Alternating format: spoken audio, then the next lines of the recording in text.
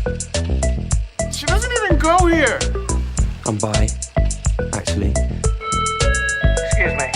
Could the ugly, untalented gays please report to the principal's office? Hi, I'm Kurt Homo, and I'll be auditioning for the role of kicker. Hello! Welcome in, everybody. Thank you so much for tuning in to Not So Straight Nerds. I'm your host, Luke. And I'm your other host, Alicia. And today we have a very exciting episode that I've been waiting for a while now. We are going to be talking about the Conjuring Universe, and specifically the latest and potentially final entry, the Conjuring Last Rites. Mm-hmm. We'll see if it's really the last one, but we'll see. Supposedly, for now, that's what they're saying. So yeah, that's definitely what it was pitched as. Whether or not it will be, we'll kind of touch up in our conversation, maybe closer towards the end. Yeah. But this is a franchise that I have enjoyed for a very long time. And then this is something that you were not super familiar with before this new movie came out. So you were watching them all to kind of catch up. Yeah, I'd only seen the first non-movie. And that was like many years ago. Didn't really remember it. I was watching it on a plane to avoid jet lag because I saw it and I was like, this is scary. This will keep me awake. And it was? I mean, it kept me awake, I guess. Oh, okay. You know, I was probably like, I don't know, 16, 17 when I watched it. So, because for some reason they have like no restrictions on planes. But 16-year-old me is thankful that I did not get jet lag. So, Love. There you go. Well, alrighty. Before we get too deep into this conversation... Vibe check. I'm excited. I liked a lot of these movies, and even some of the movies I didn't like. I feel like just overall I'm excited to talk about it. And I really liked this new movie, spoiler alert. But I'm just excited to talk about that. I'm excited to rank. I don't know, we have some fun stuff coming up, like the 2 videos we're going to record today, and then we're going to watch the Emmys, so we've got a fun day ahead, so absolutely. I feel good. Yeah, what about you? Yeah, I'm feeling surprisingly good. For some reason, me and Cole both woke up at like 6 in the morning, unprovoked, and so I've been up for a while. Interesting. And we were playing some video games this morning, and now I get to talk about movies, so I'm thriving. Yeah. I woke up at like 7:30, I think, because, and then I was going to get up, and then Berlioz, my cat, decided to lay on my neck right here, and it was adorable, because he's still small, so it's not suffocating yet when he does that. So I probably sat there for like good 30 minutes, knowing I wasn't going to go back to sleep, but just savoring the moment. So there you go. And then I finally got out of bed at like 8, so there you go. Weekend. Anyways. Great lore drop. Yeah, exactly. Alrighty, switching back over to the Conjuring Universe. Yes. We are first going to get started by ranking the 10 entries. Yes, so those are the 4 Conjuring movies, including the one that just came out. The 3 Annabelle movies, the 2 non-movies, and then the La Llorona movie, The Curse of La Llorona. So, which I feel like from some of the universe movie picks that people have, they don't count that one. Can you tell us more about why that one counts? I forgot why. I think it's more a matter of opinion. It was still made by Warner Brothers. I don't know if maybe a production company was a little different on it. Maybe when we're talking about it, we can deep dive into it. Yeah. But it's definitely... Whoever was directing it at the time definitely was doing so with the intent of it at least being semi-related to that universe. Okay. It's interesting that was never like in the marketing at all. Yeah. It was just a surprise for the people who happened to see it, the few who did. Yeah. Not me. But yeah, it's an interesting choice. I think people also don't want it in there because I think people don't all around because it's bad? Yeah. Because it's not that good. Sorry, I was getting a little political with that answer. But yeah, people don't like it. It's bad. Yeah. Anyways. So, but I think it has a few similarities and some great ideas that I think could have been used well in this sphere of movies. But yeah, we got what we got. So, that being said, exactly. Starting at number 10, do you want to kick us off? Yes, I put the first Annabelle movie. You warned me that this one was the worst one, like out of the Annabelle movies at least, and yet I still wasn't prepared. I gave this like half a star. I forgot exactly what about this movie really pissed me off, because it's one thing for it to be a bad movie, it's another for it to be like bad and annoying. And I kind of forgot what annoyed me. Maybe something with the wife. Oh, I'll remind you when we get to that movie. Yeah. But I don't know. It wasn't good. I don't care to revisit it.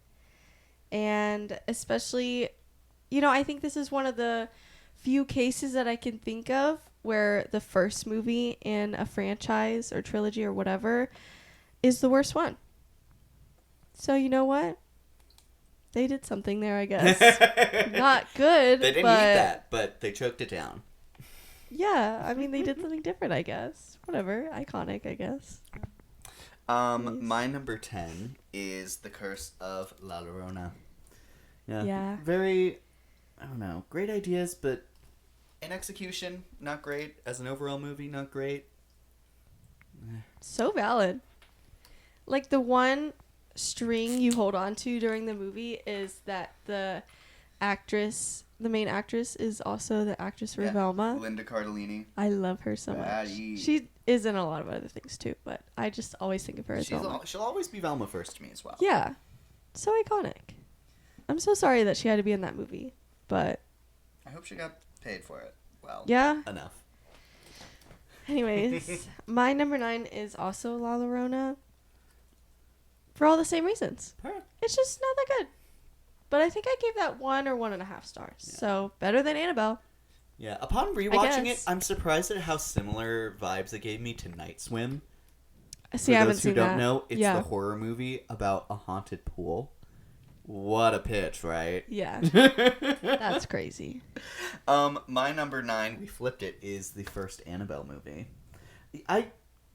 It's not great. I like it a scooch more than you do. Mm-hmm. But I agree with a lot of the points that you dislike it on. You just dislike it a lot more for those same points.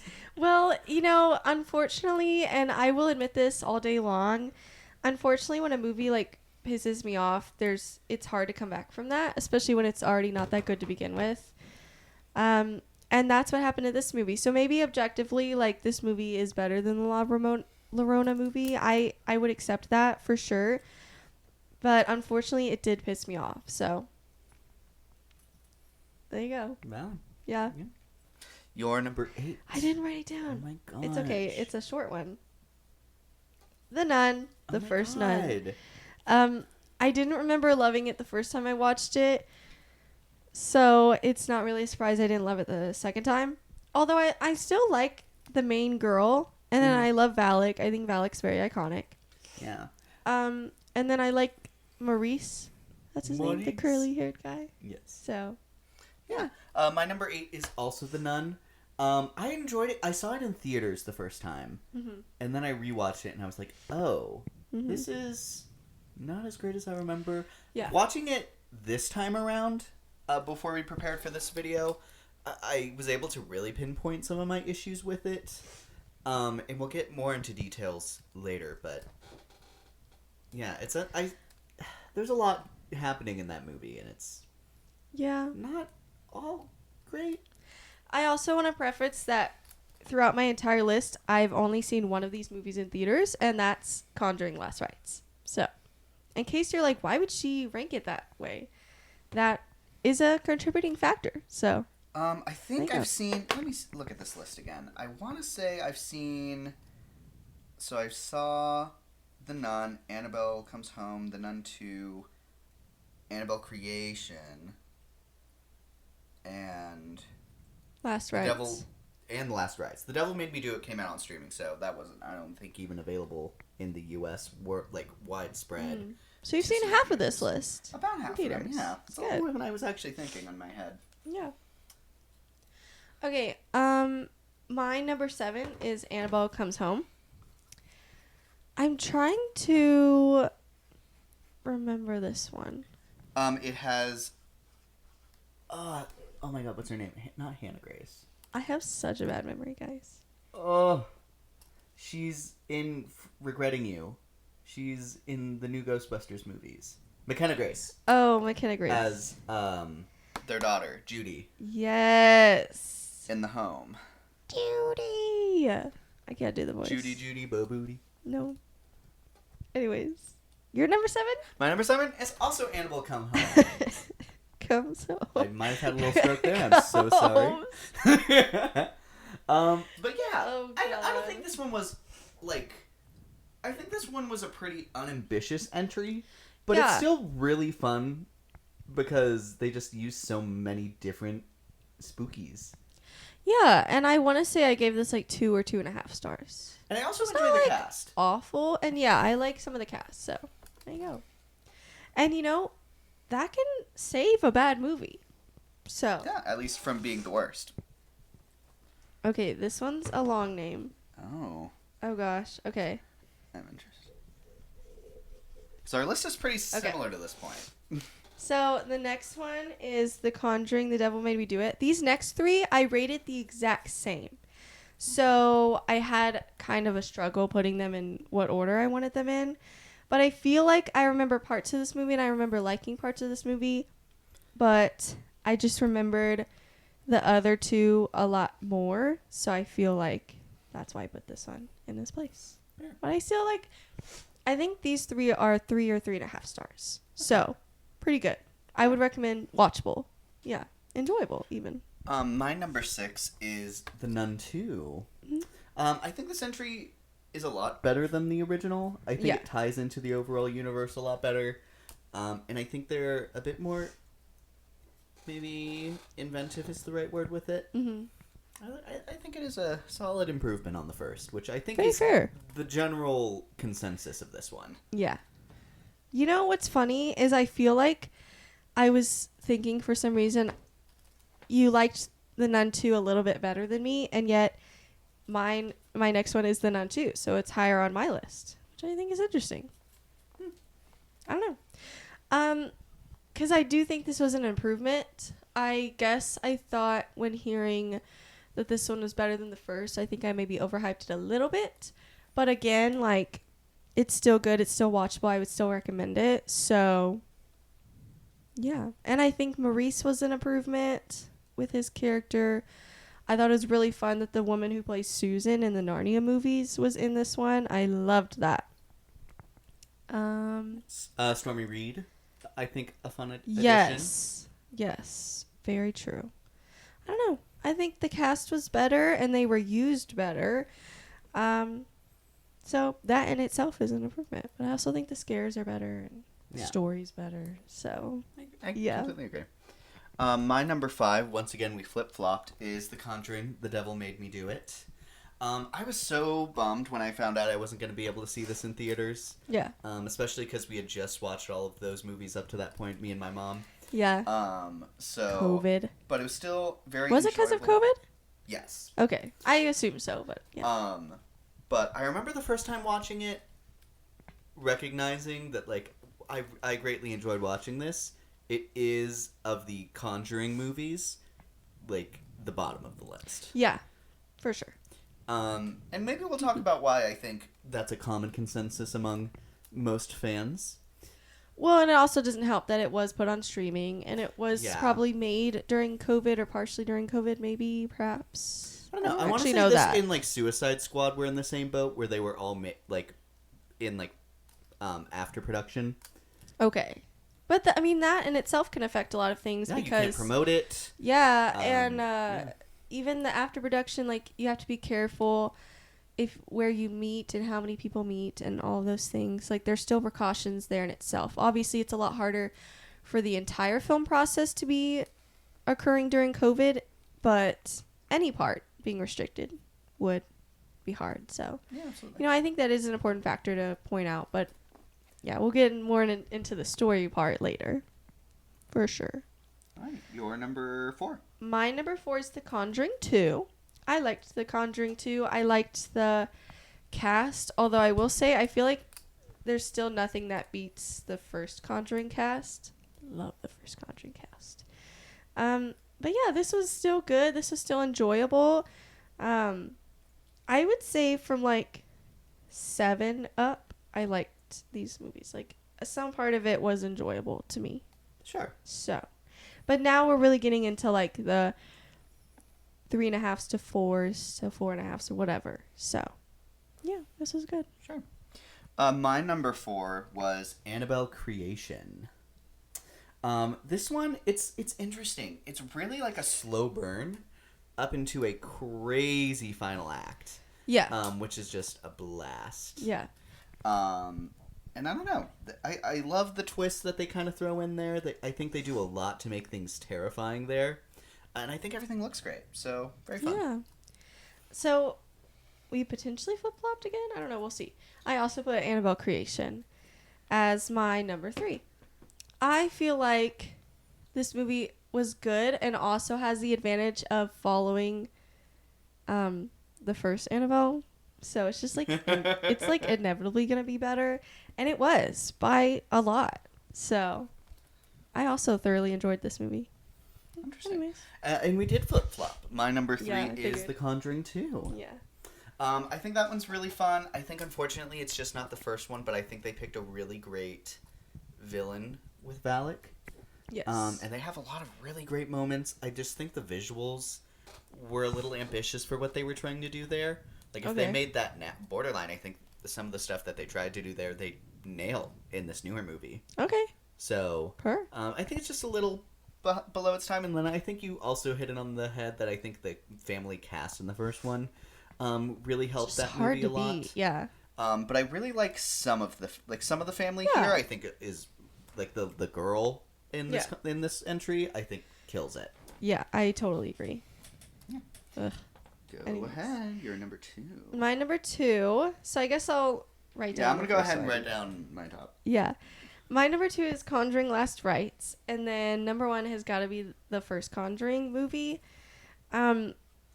Last Rites for me is like, it's definitely below the first one, but not by a lot. Like, I think I did the first one 4.5 stars and this one was 4 stars. So pretty close. I really liked this one, and it was fun to see it in theaters. It was terrifying in theaters because it's so loud you can't turn it down. You can't like pause or like, I don't know, you kind of just are forced to be in the experience, which is very fun but also terrifying. So, and some of those scares, it's not even the scares necessarily, but like there's something that happens to a person's leg towards the end, and I'm like, ooh, that is hard to watch. But it was really well done. Visually, it was stunning. I think the effects were really good. And it's so sad at points too. They have like a family story that I think is interesting and done really well, and it ties into the scary part well. I think the family that's affected by the scare was interesting. I don't know. I really liked this one. And then obviously The Conjuring is just a classic. I knew it was going to be good, or at least you were like telling me how good it was going to be, and what a start into the franchise. It lives up to the hype. It's just very good in like every way. So, I don't Yeah, know. absolutely. My last 2 are the exact same. Number 2, I have Conjuring The Last Rites and The Conjuring as number 1. I think... I'll start with The Last Rites. I think it is so great. It feels like it like harkens back to that first one in like every way that really matters. Yeah. Like it ties really deeply into its roots of like Ed and Lorraine's family and their desire to help other people.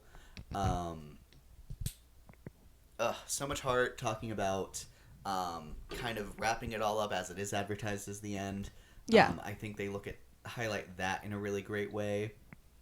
Like, bringing me to tears at points. Yeah. But truly, the first one is just super iconic. And it's so and hard it's to not beat. even, I would say, I don't know.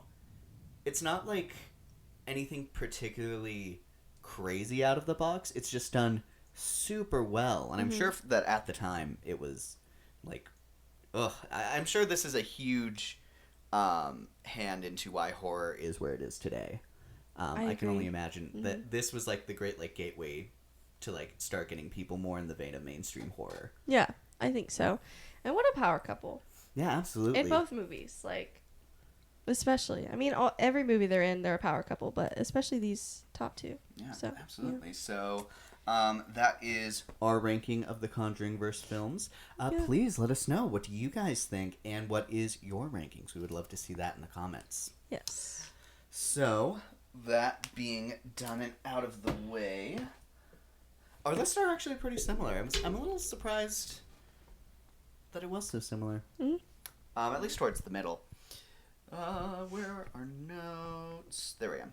So, talked a little bit about our background with it already. Mm-hmm. So, jumping straight into the first one. Mm-hmm. So, that was, as you just recently watched it for the first time. What were kind of your impressions going into this? I was kind of scared because I knew this franchise. First of all, I hate dolls, so I was not looking forward to the Annabelle films. I haven't even seen the Chucky films. I don't know, but I feel like Annabelle's worse to me. I would see the Chucky films, but I feel like Annabelle's worse to me because I hate like the porcelain doll look. And she's like her own thing. It's not quite like every other porcelain doll. Well, because she's wooden. Yeah, well, I don't know. She just has that like... She has that like porcelain doll effect, I would say. Absolutely. Her design is just really well done. And I think even when you see the design, how it's different in real life, I think it's still creepy. Just like the name has the same effect. But I also am hesitant to watch like religious horror. I don't know why, but I feel like demons, ghosts, like anything like that, maybe because I feel like they're real. Maybe that's why it's scarier to me. So I don't know. I was a little scared, they are scary, but it's like a fun type of scary. I think in the first film there's one really, really big jump scare. If I'm thinking, I remember the one that got you really badly. Yeah. It was the one where she's and we are going to talk spoilers on these. Yeah. We'll make sure there's a spoiler warning at the top of this, but we are going to talk spoilers on all of these films. Mm-hmm. So you can probably guess by our rankings which one we recommend you watch before you start hearing us yap about them. But just so you have been warned. But that big jump scare that got you when we were watching that together was whenever she was looking in the reflection of the toy and she sees the mother. Looks to see the mother. She's not there. Looks and moves the toy, and she's right there. I hated that, but I also love it. Like it's really well done. Sometimes jump scares are like really lazy and a cheap way. That and when the music's just really unnecessarily loud. Mm-hmm. Looking at you, small too. It's just such a cheap way to get a reaction out of people, and so I love when it's done well and intentional. And it's not overused, and I feel like this entire franchise does a good job at that. I agree. Say. They have their moments, but I think even when they do go into like actual like jump scares, it's still on the backbone of something that they were setting up. I think they established like the mood and situation really well to make the jump scares feel very satisfying. Yeah. And I think they're usually pretty unique every time throughout the franchise, and a lot of times it builds very well, and not so much where it's like, oh, of course there's going to be a jump scare here. Like, yes, you know, you sometimes know it's coming and sometimes you don't. I feel like they have a good mix of both. But it still gets you, and it's still done well. So props to that. Props to this franchise. So, and Ed and Lorraine have my heart so much. I adore them. Mm-hmm. So, yeah. Yeah, absolutely. What a cast. Sorry. No, but like, good. What a cast for the family. The mom in the family that's their house is being haunted, she's gonna play the younger version of Max, I believe. Yes. In the Hunger Games: Sunrise on the Reaping. Correct. So excited for that. Yeah, absolutely. That's Lily Taylor. Yes, and then Renesmee's in this movie. Joey King is in this movie. Yes. And is there somebody else I know, or am I crazy? I think those are the... No, I think the thing I'm thinking of is The Devil Made Me Do It. Yes. There's, what's her name? Mary from Shazam? The girl? The young girl? Or like somewhat. It's the one that's like everybody likes in Shazam. Yes. I know who you're Yeah. talking about. I can't Okay, remember her okay. in that movie. Really? She was on the farm and she got like separated from them at some point. I really liked her. That was a fun surprise. Yeah, we'll look at But anyways, that. sorry, I'm skipping There's ahead. a lot of actors from Yeah. that movie that we knew. Yeah. So, but we'll talk that. Yeah. So Ed and Lorraine, the casting, So great, I think. They're just so... that is Vera Farmiga and Patrick Wilson. Yeah. Patrick Wilson at the time, leading up both the Conjuring franchise and the Insidious franchise, in I would say very similar roles. Yeah. Great for him. But I think he does well in both roles. Absolutely. Yeah. But I don't want to pick favorites between my ghost parents, but Vera Farmiga. I love her so much. Yeah, I would also for sure pick She her as my favorite. kills this role. Yeah. and it's so great. Yeah. I think they're very fun. I love how they focus on, like the romance and family that they have.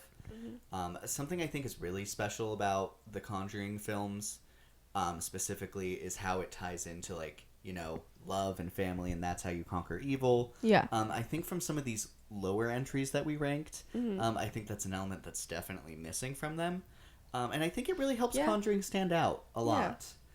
And especially, I think their performances and the script and everything really works to build so you can feel that, that love that they have for each other and everyone else. And so even though it's like you don't want to do this because you love your family, you can beat a demon with the power of love. In practice, that works really well in these films. And I think that's very impressive. Yeah, I agree. I think there's a reason that the top two films have that we both ranked, have such strong, family storylines and family presence. I think it's also very fun to see that they still get scared, for sure. Sometimes you think, Power Couple, they fight demons, they're fearless, but they're not. They're brave, yes, but they're brave because they're doing this in spite of their fear. They're doing it anyways because they know that they're capable of helping this family, and that's more important than anything else. And I think that's pretty awesome. So absolutely. And then cutting over to that family in the first film, I think obviously Lily Taylor as the victim of the possession kills it. I think as the mom, she also has a really fun energy. The dad, I think, does his job pretty well. Yeah. I think he's serviceable, but Lily Taylor, great casting. Yeah, I'm so excited to see more from her. Yeah, very, very excited to see her and games. Max. Ugh. I'm just so excited. What a great casting. Well, because I didn't know her when that casting was first announced. I hadn't seen the movie yet. So it was very fun to then see her. Yeah, and then the kids, I think, performed really well, especially as younger actors. Yeah. So good. Such a great cast to rely on. Yeah.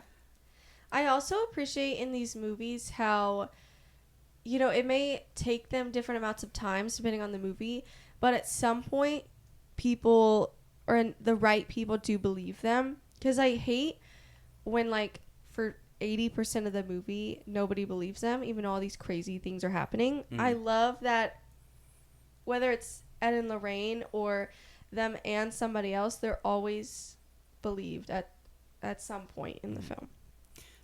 Even within the family. When one person's like, these crazy things are happening. No, they're not. And then they find out, the next scene.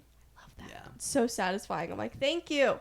Yeah, I appreciate them cutting to the jump on that for the most part. Yeah. I think their build up to it is really well done. But it kind of gets around what takes, I think, some films, the longer part.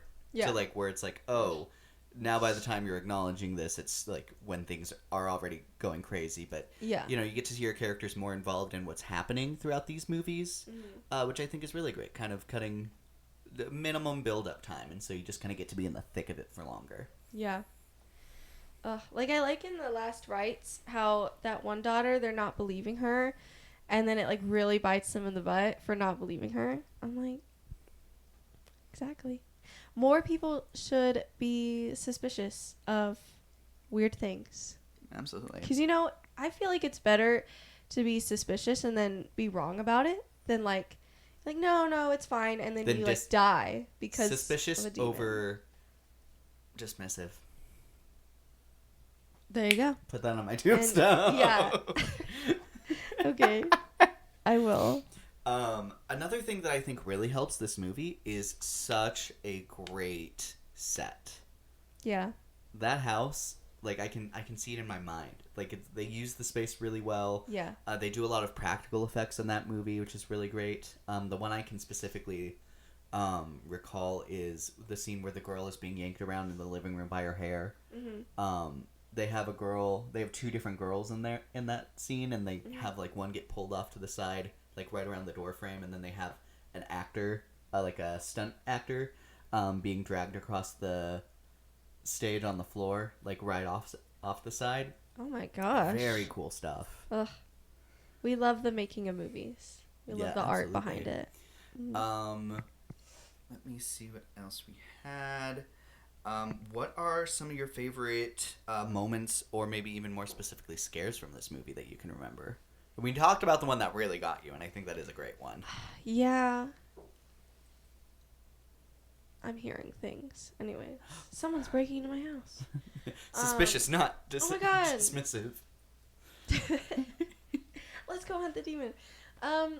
No, you can't ask me that. I have a really bad memory. I like remember the vibes of movies. Interesting. Don't ask me to like tell you exactly what Here, happened. how about I go first and you can see Wait, if that jogs anything. But I do remember when we were talking about like Joey King, I liked when like she was in bed and her blanket kept being yanked and then her foot was yanked and all that stuff.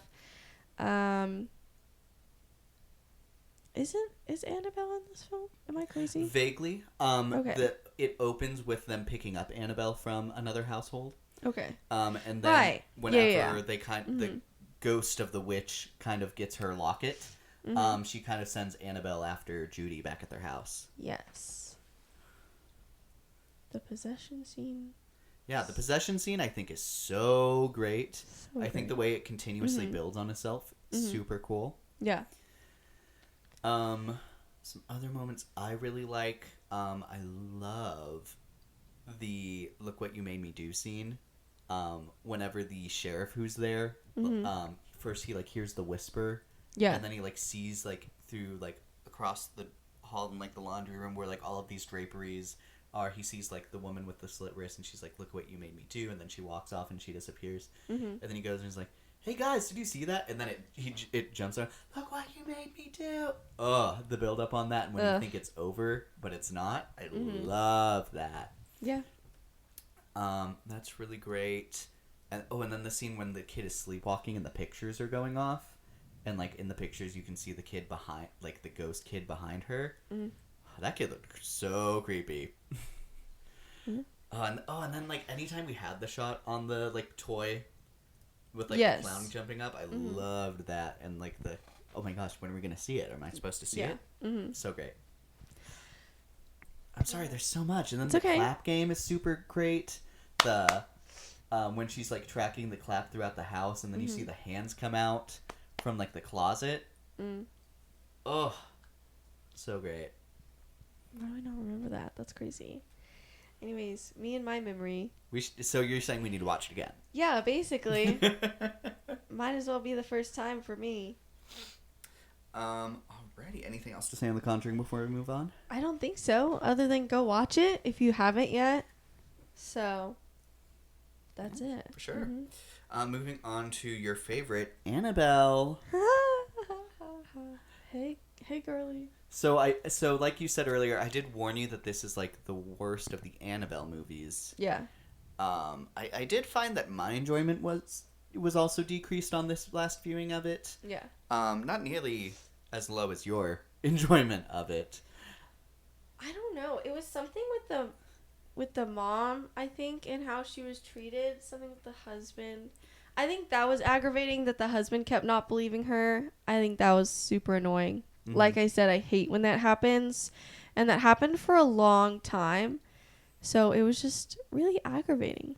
Yeah. I agree with that. Like I was saying, the Conjuring movies are really great because it kind of skips over a lot of that. Mm-hmm. And this movie does not. It loves to sit in that. Yeah.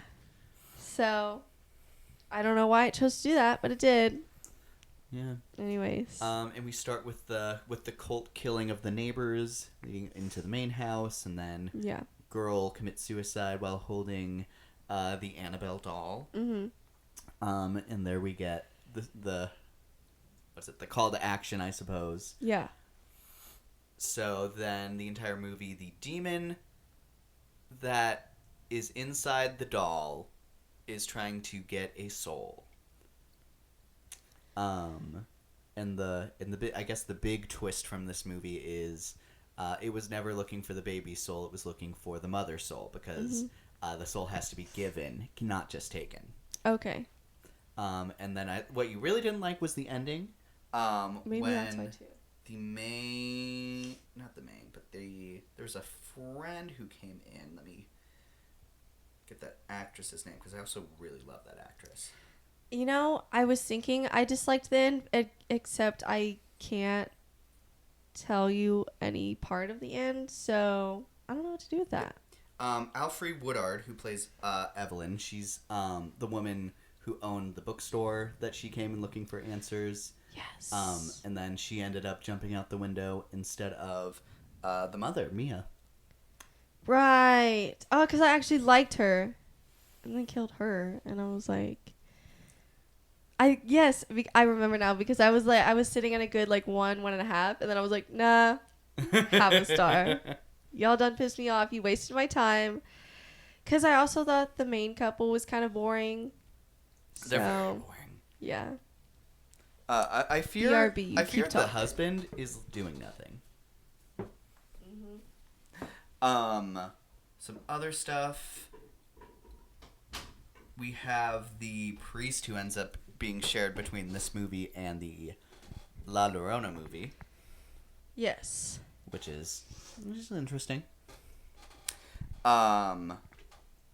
but he doesn't have a huge role here either.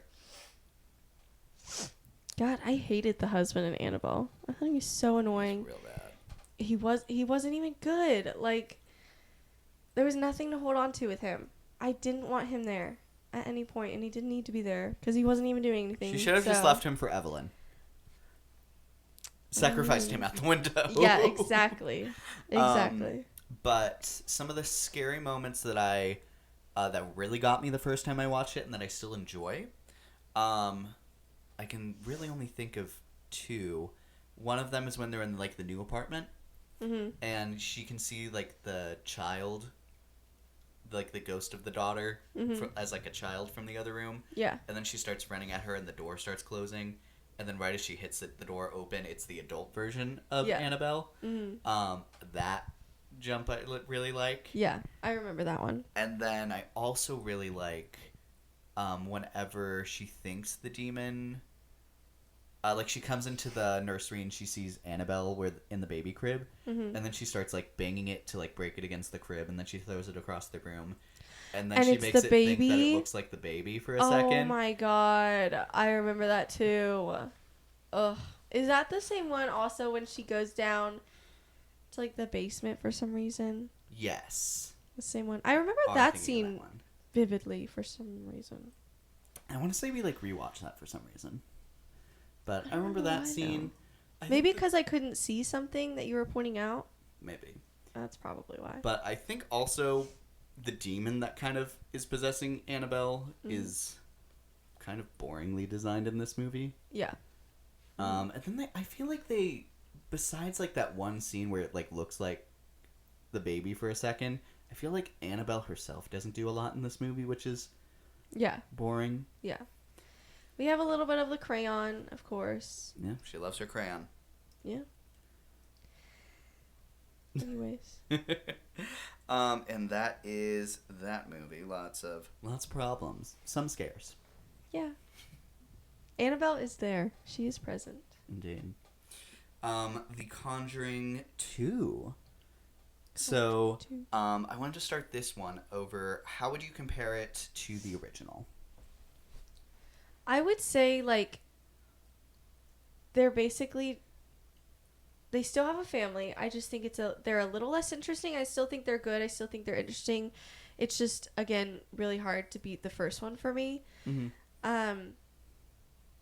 I don't know. I still think it's solid. I'm trying to remember the setting. I remember parts of the family, but I'm trying to remember the setting. It was a smaller house, 2 stories.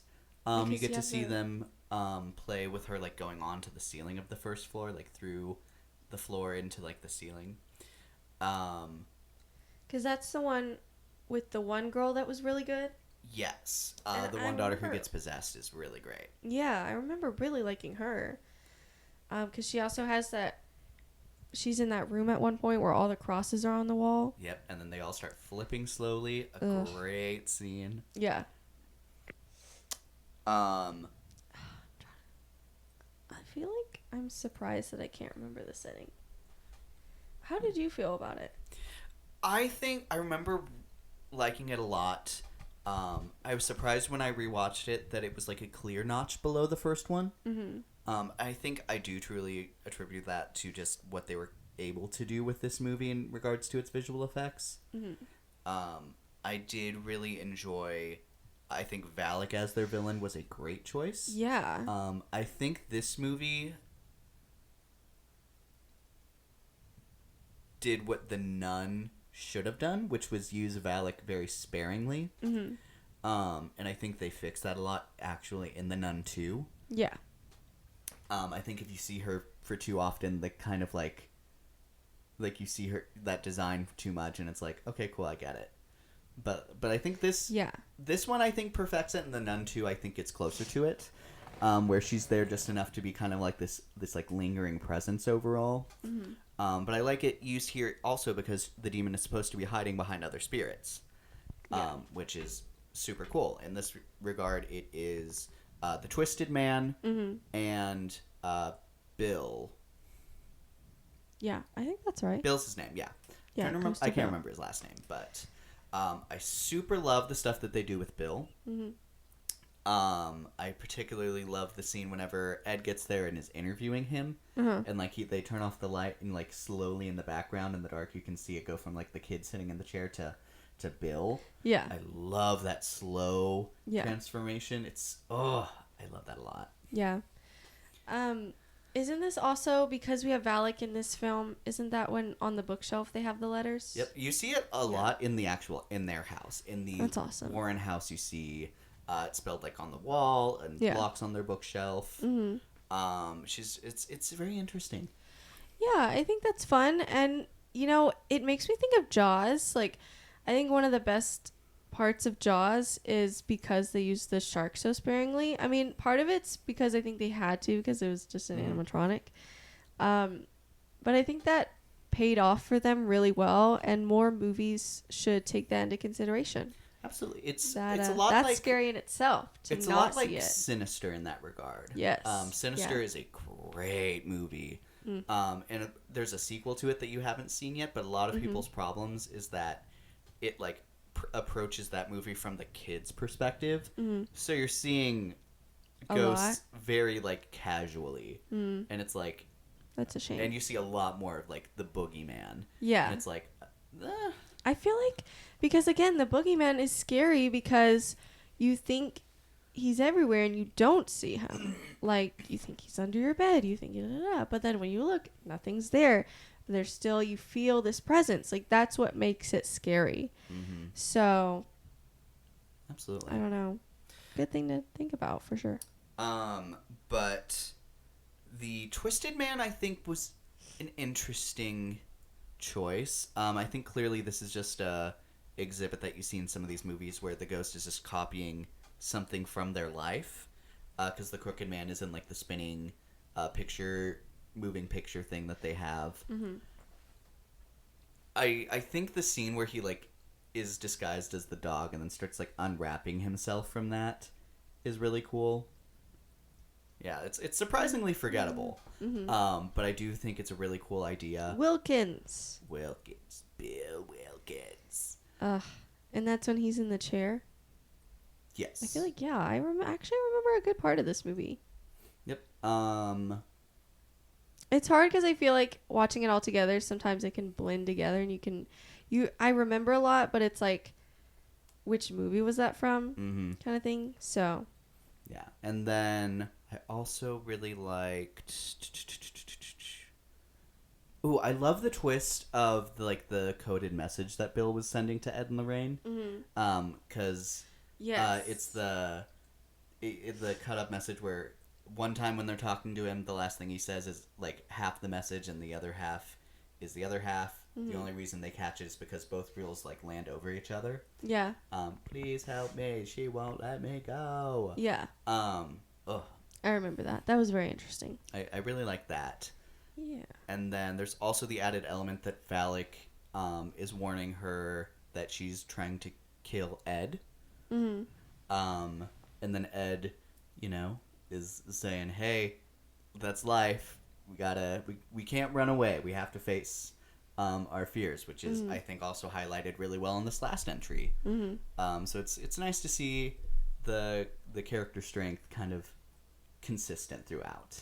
Yeah, I agree. And I think that's what's so great about this couple being so interesting and lovable is you do root for them and you are scared for them even though they're like the main characters and you're like there's no way they're gonna die, like especially since in real life, like if they didn't die in real life they're probably not gonna die in this movie, but I don't know, you're still scared for them because you don't want to see them hurt because you love them. Yeah.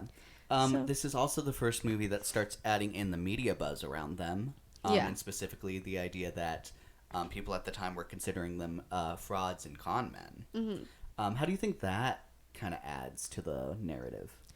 I think that's interesting. I mean, because also you think about them in real life, and people in real life, it's also very controversial whether they were legit at all or just fake. Mm-hmm. That's still debated today.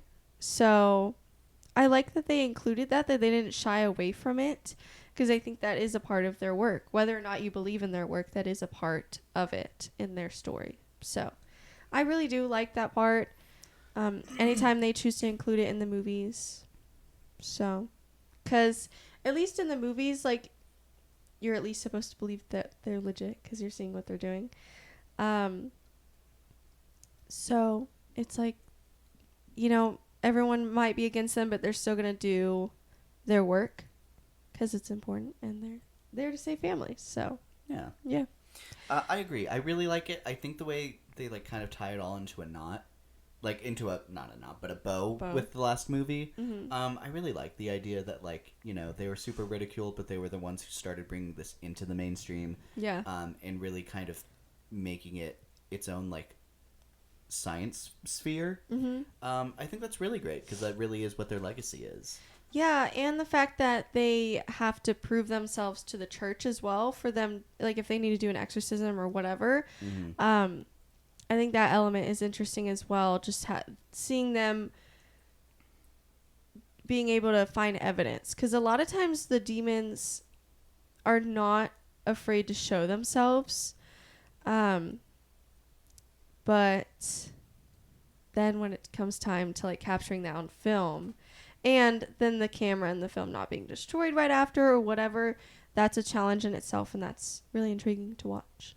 Yeah. So, and how they do that, especially back then, nowadays, it would probably be way easier. You just pull out your iPhone real quick. Mm-hmm. You can't do that back then, so it's a whole process in itself. So, yeah. Any last thoughts on The Conjuring 2 before we move on? Long live Valak. Love you, Queen. You are iconic. No. And I might be you for Halloween. Didn't mean to rhyme that, No, but oh it my was gosh. there. I need to show you a Smosh clip where one of them dresses up as the nun. I actually, Very not this year, but that can go. I might add that to my list of eventually. That would be so funny. Wait. Anyways, what should I dress up if I was ever Valak? What would I dress up my cats as? Like, what's something small that could go with that? Obviously, Bill Wilkins and the Twisted Man. I was thinking more the Just blood normal of. nuns. I was thinking more the blood of Jesus Christ, the like bottle that they have to get in the nun. Right. No, I don't know what I would do. We're for getting my ahead cats. of ourselves. Anyways, yeah, we're not there No, yet. We're not actually, to we the are nun. there yet. No, No, we Annabelle have one Creation's in more. between. So Annabelle Creation. So this was the sequel to Annabelle. Well, no, this is the prequel to Annabelle. Yeah. So, what were you kind of expecting after the bar was set with the first one? And with the last one, I was like, it's gonna be hard for this one to be worse. Honestly, impossible. So I was seated, and I'm glad I was, because I actually liked this one. I thought it was good. So, and I was excited because I thought in The Conjuring when they teased Annabelle, that was super interesting to me. What a great start.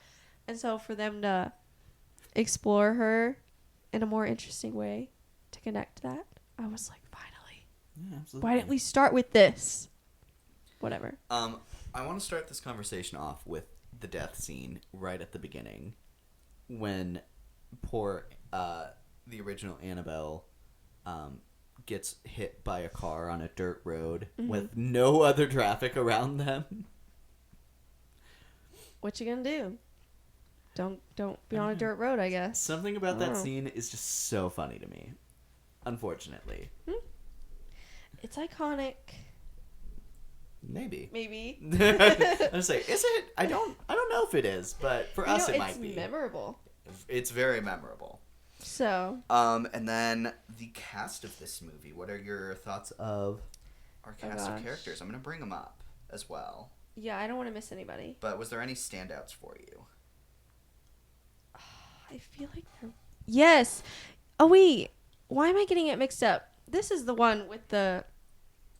What's her name in the? I'm about Yes, to look this her. is the one with Mary in it. Yes. Oh, and she's in the Fall movie, which I haven't seen, but I've seen her in a lot of clips. Her name in Shazam is Mary Bromfield. Not what I thought it was gonna be. It's okay. It's fine. I really, really remember her.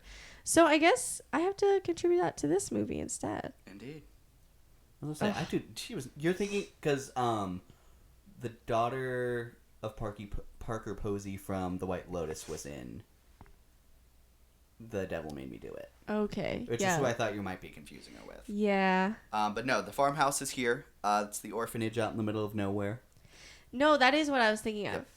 But That is this yeah. one. Okay, well, cool. Well, props to this movie then. She was great in this movie. I love her so much. I thought the orphanage plotline was an interesting way to like up the stakes, and especially since this is also the one where the girl, she can't walk. Or Yes. she can't walk very well or something. Yeah, I think she had. Like cerebral palsy or something. I think like they that? said that she had polio and she Oh, recovered, but it took okay. her legs. Okay.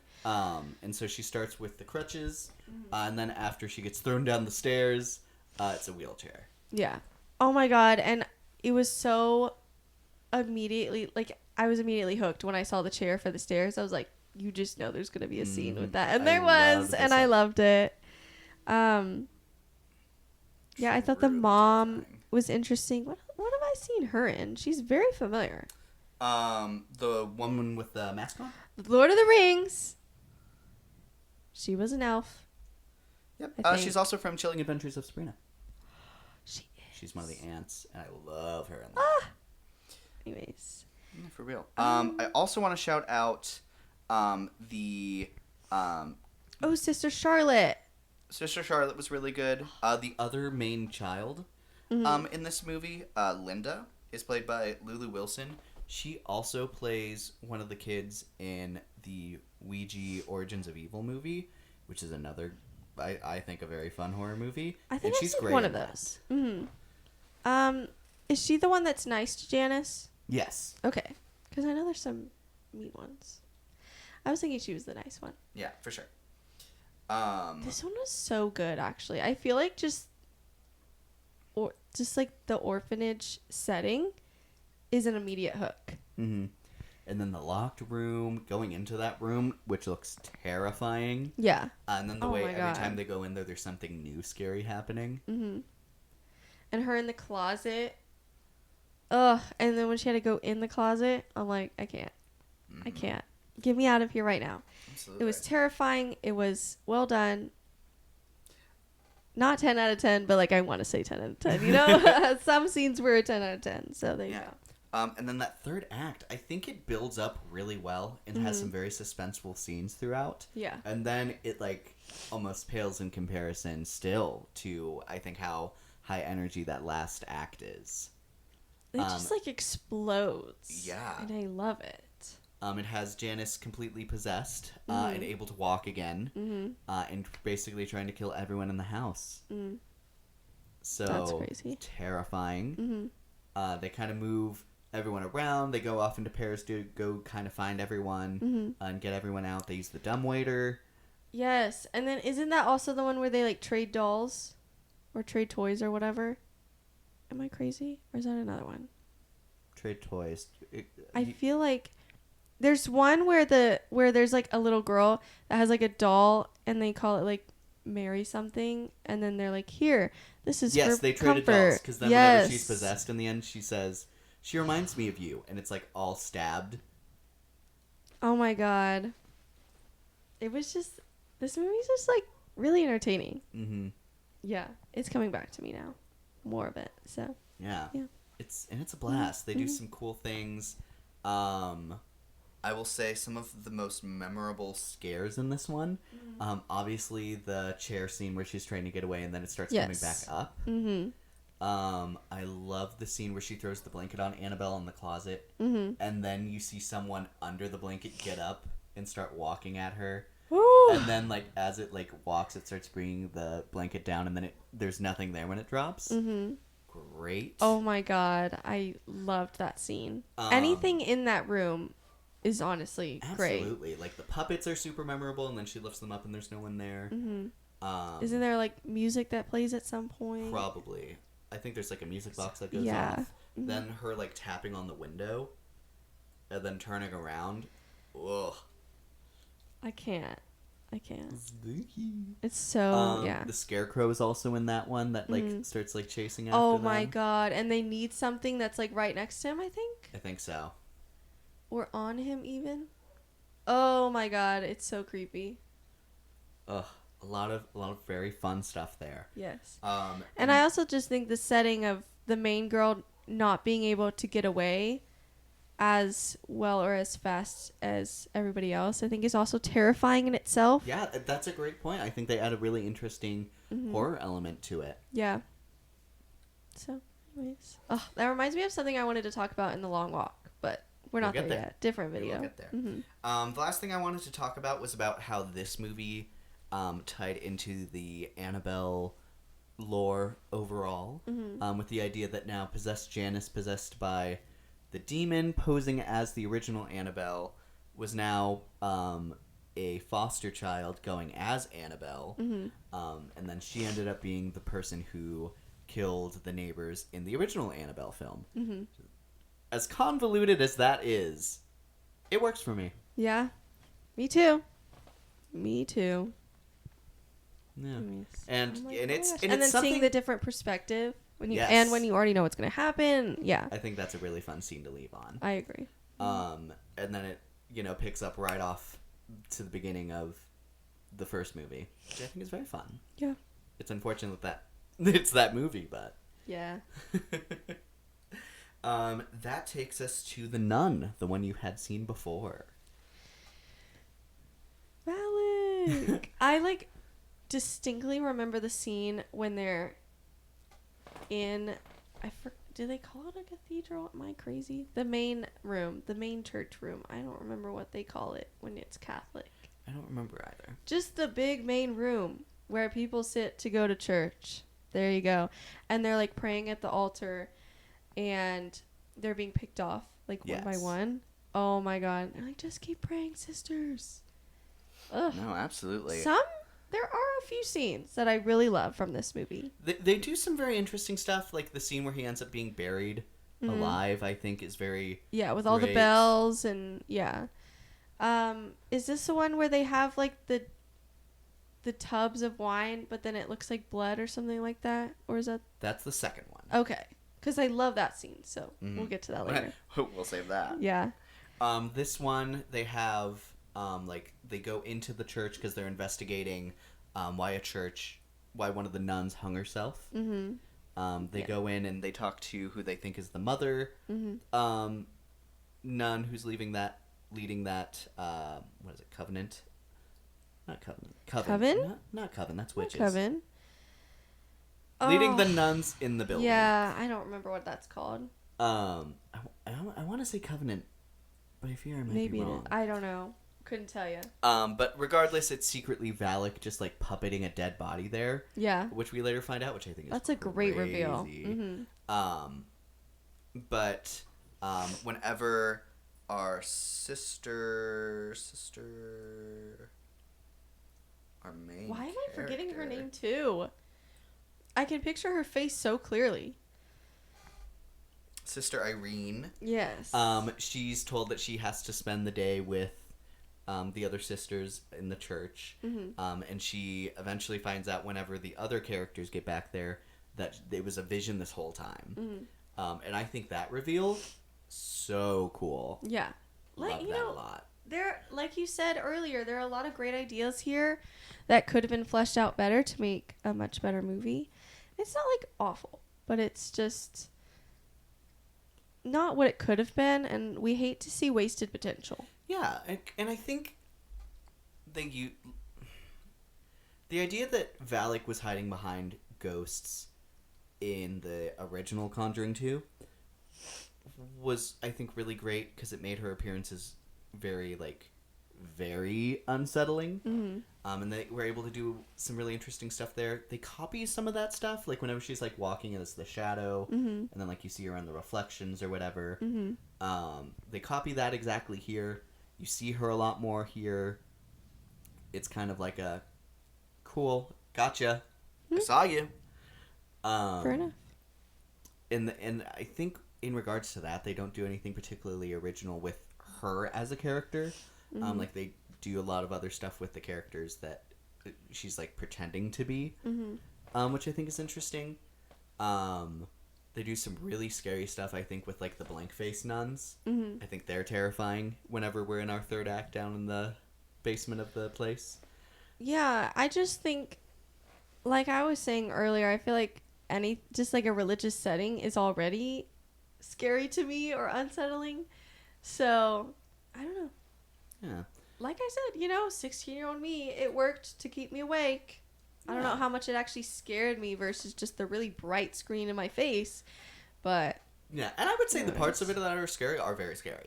But I think the overall movie is just not it for me. yeah. I think another part of it that I believe is that I think the stakes are just way too high. Yeah. Especially for the other For your set first of films. movie. Yeah. Like, as Valak in the Conjuring 2, she just wants a soul. And she's just trying to go after this one family, specifically one kid. Yeah. Here, it's, okay, cool, we have to take the blood of Jesus Christ and seal the gateway to hell before this demon starts going off to attack the world. And it's like, how did we get here? Yeah. Oh my god. I agree. I'm like, there's not going to be build up to the blood of Jesus Christ. Just casually mentioning we What? have some on hand.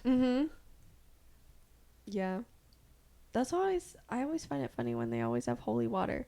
Like, isn't there like a whole process where you have to like make it into holy water or Well, but I whatever? think that's just it being blessed. Is that, I don't know. I believe for that's some- the process. Yeah, I just don't know. Because they do that in La Llorona, as we'll talk about in a second. Your pool is now filled with holy Right, they do. water. Anyone... I kind of thought that was hilarious. Everyone in that pool is now straight.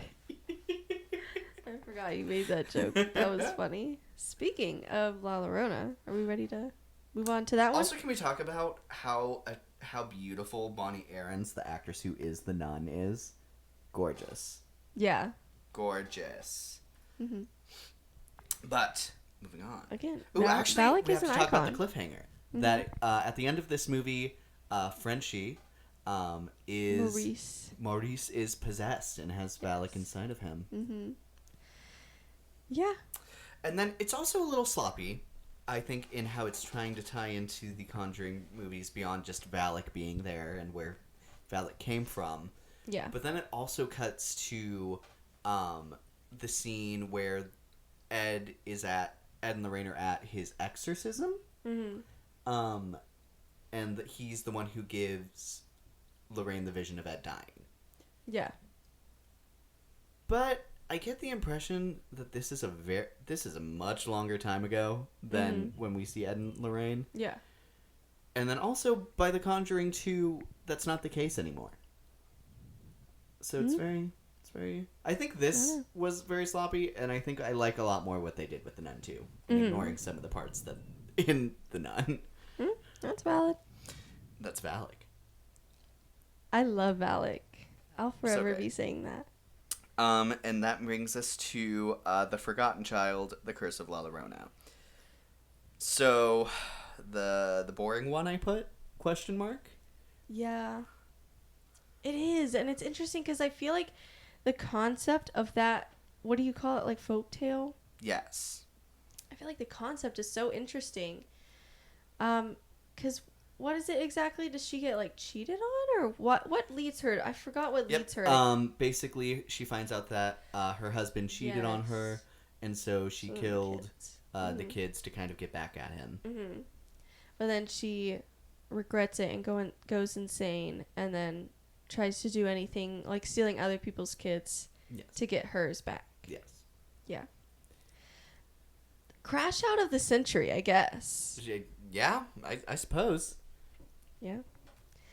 And then somehow they make that a boring film, even though it's such an interesting concept. Yeah, you hate to see it, truly.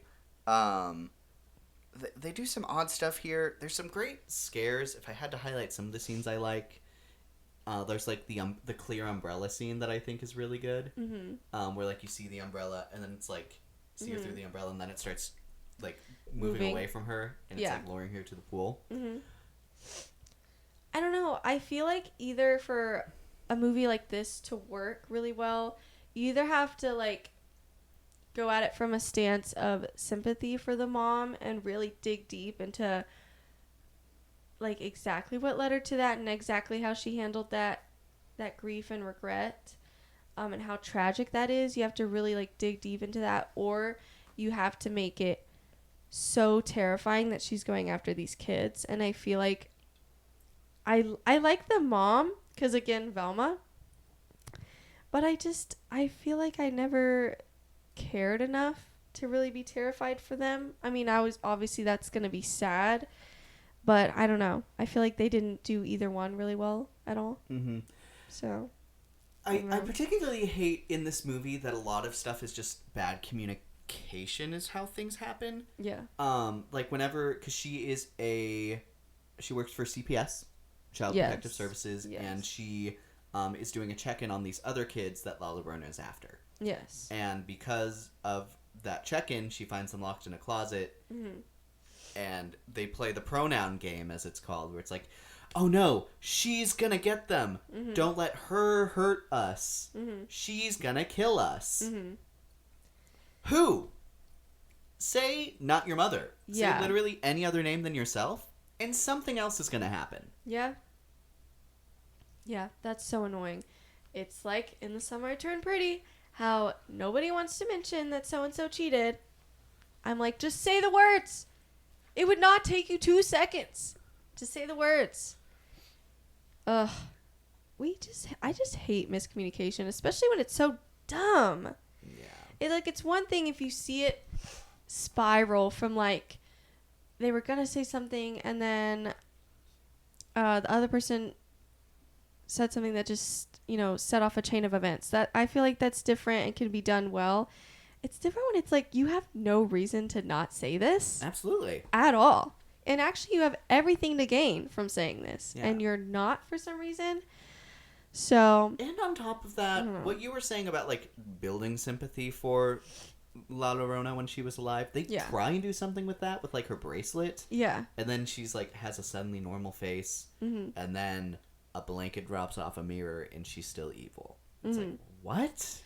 I don't know. It's just frustrating. It's like, I'm not saying you have to take that stance, but But do something interesting. It like makes you think that's what's gonna happen, yeah. and then they're just like, okay, cool. Moving Like, on to the movie that we were doing. no, I guess. you thought she actually is evil, and you're like, okay, Yeah, it's what a boring take, I guess. Very bizarre and very, very bland.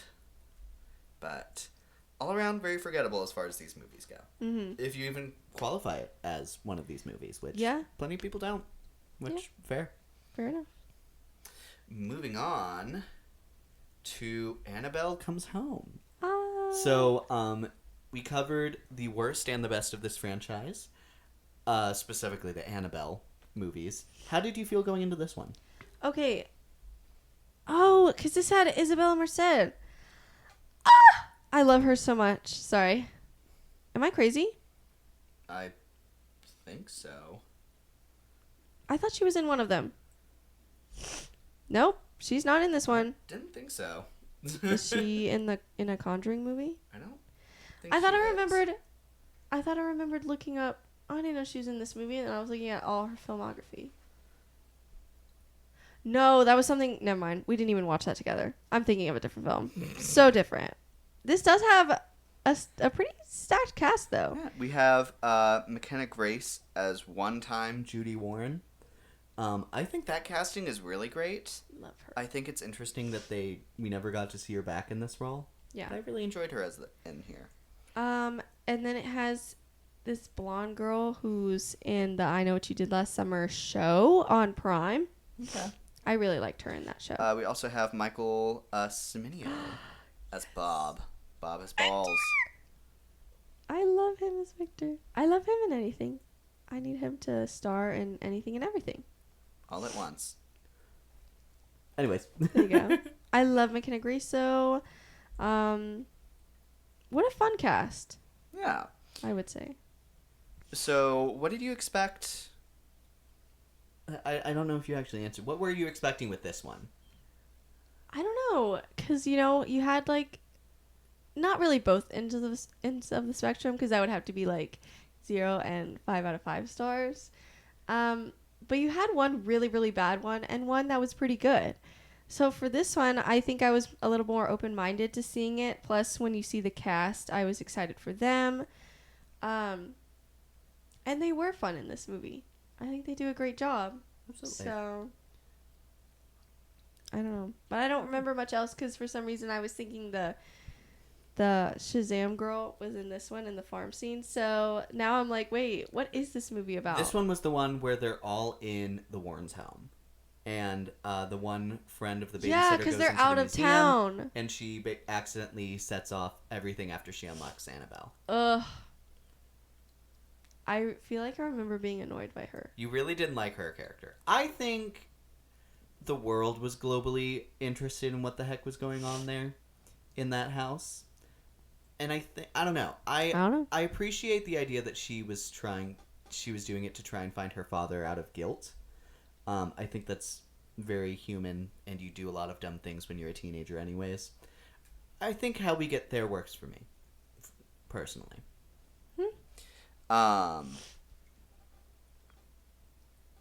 She was okay. Yeah, but Anyways, I love where we get, because I Yeah. love seeing all of these different ghosts in the same house. And it's almost like the revenge tour. Mm-hmm. Yeah. It's very fun. It's basically like looking at the Warrens Rogues Gallery, which I always love when everyone who hates the same person works together. Yeah. We get to see some interesting cases. I want to say I think most of them are at least based off of real people. Okay. Or not real people, but like real cases. Real things. Like I know the werewolf was one. Werewolves, like the song Werewolves in London is based off of that case. Okay. That they did. Of someone being possessed by a hellhound. Fair. You have the ferrymen, where you have all of the men with the coins on their eyes going after the person who looks a lot like the babysitter. You had Annabelle, obviously. I like that you get to see her as doll, child, and demon. Very fun. And ultimately I feel like it does set up Judy's whole thing in this latest movie. Yeah. With her fear of Annabelle and her like own personal experience with her, I think it makes it make more sense. Yeah. She's like haunted by Annabelle. Yeah, and she was haunted by Annabelle ever since the first movie, because Annabelle's the ghost that Bathsheba sends after her at her house. Mm-hmm. So. But I think it's super fun that they're beefing. Yeah. I like the murder dress. They steal Valak's thing where you see her, like her shadow going across the room, but instead of the shadow, it's her like through the mirror outside the window in the paintings. Yeah. They do some fun stuff there. Yeah. Trying to think who else we had. There was also, from there it might just go into some of the other artifacts, but there was Feely Mealy, the box that had like the hands coming out of it. Ugh. Super creepy. I liked seeing the Hellhound itself was, I think, fun, and then Bob hiding with chickens. Silly I little loved guy. him. He was so great. Yeah. The samurai armor is very interesting with it with its head following them. Yeah. Well, and I think it's just fun that you can be in the Warrens' house without Ed and Lorraine, and it's still an enjoyable movie. Yeah. It's still an enjoyable watch. It With- makes sense, and it's still entertaining. Yeah. With So- with this one, it was very interesting to officially lock in that all three movies of this trilogy are like so different from each other. Yes. Yeah, they very much are. I don't know. Yeah, I feel but like this one kind of falls in the middle a little bit. Yeah, there's But- like the first one's the boring one, the second one's the scary one, this one's like the fun one. Yeah, I agree. That's a good way to put it. So yeah, all around very fun. Anything else? If maybe a scooch. On, like, it's not trying to be a lot, Yeah. but it's very fun. Yeah. And I give it its credit for that. Yeah, I agree. On to the next one that came out. This was the streaming one, The Conjuring. The Devil Made Me Do It. It was very fun to see this after having watched Sandman Season 2 and recognizing Orpheus. Yes. Very, very fun. We I also got loved to it. see the person who played Wanda's son from WandaVision here. Yes. And then the White Lotus daughter girl. Yes. Very, very fun little cast. Mm-hmm. Let me get Google some. says Patrick Stewart's in this movie. What the heck? Sarah Catherine Howard, I think was her name. Hook. Hook. Sarah Catherine Hook.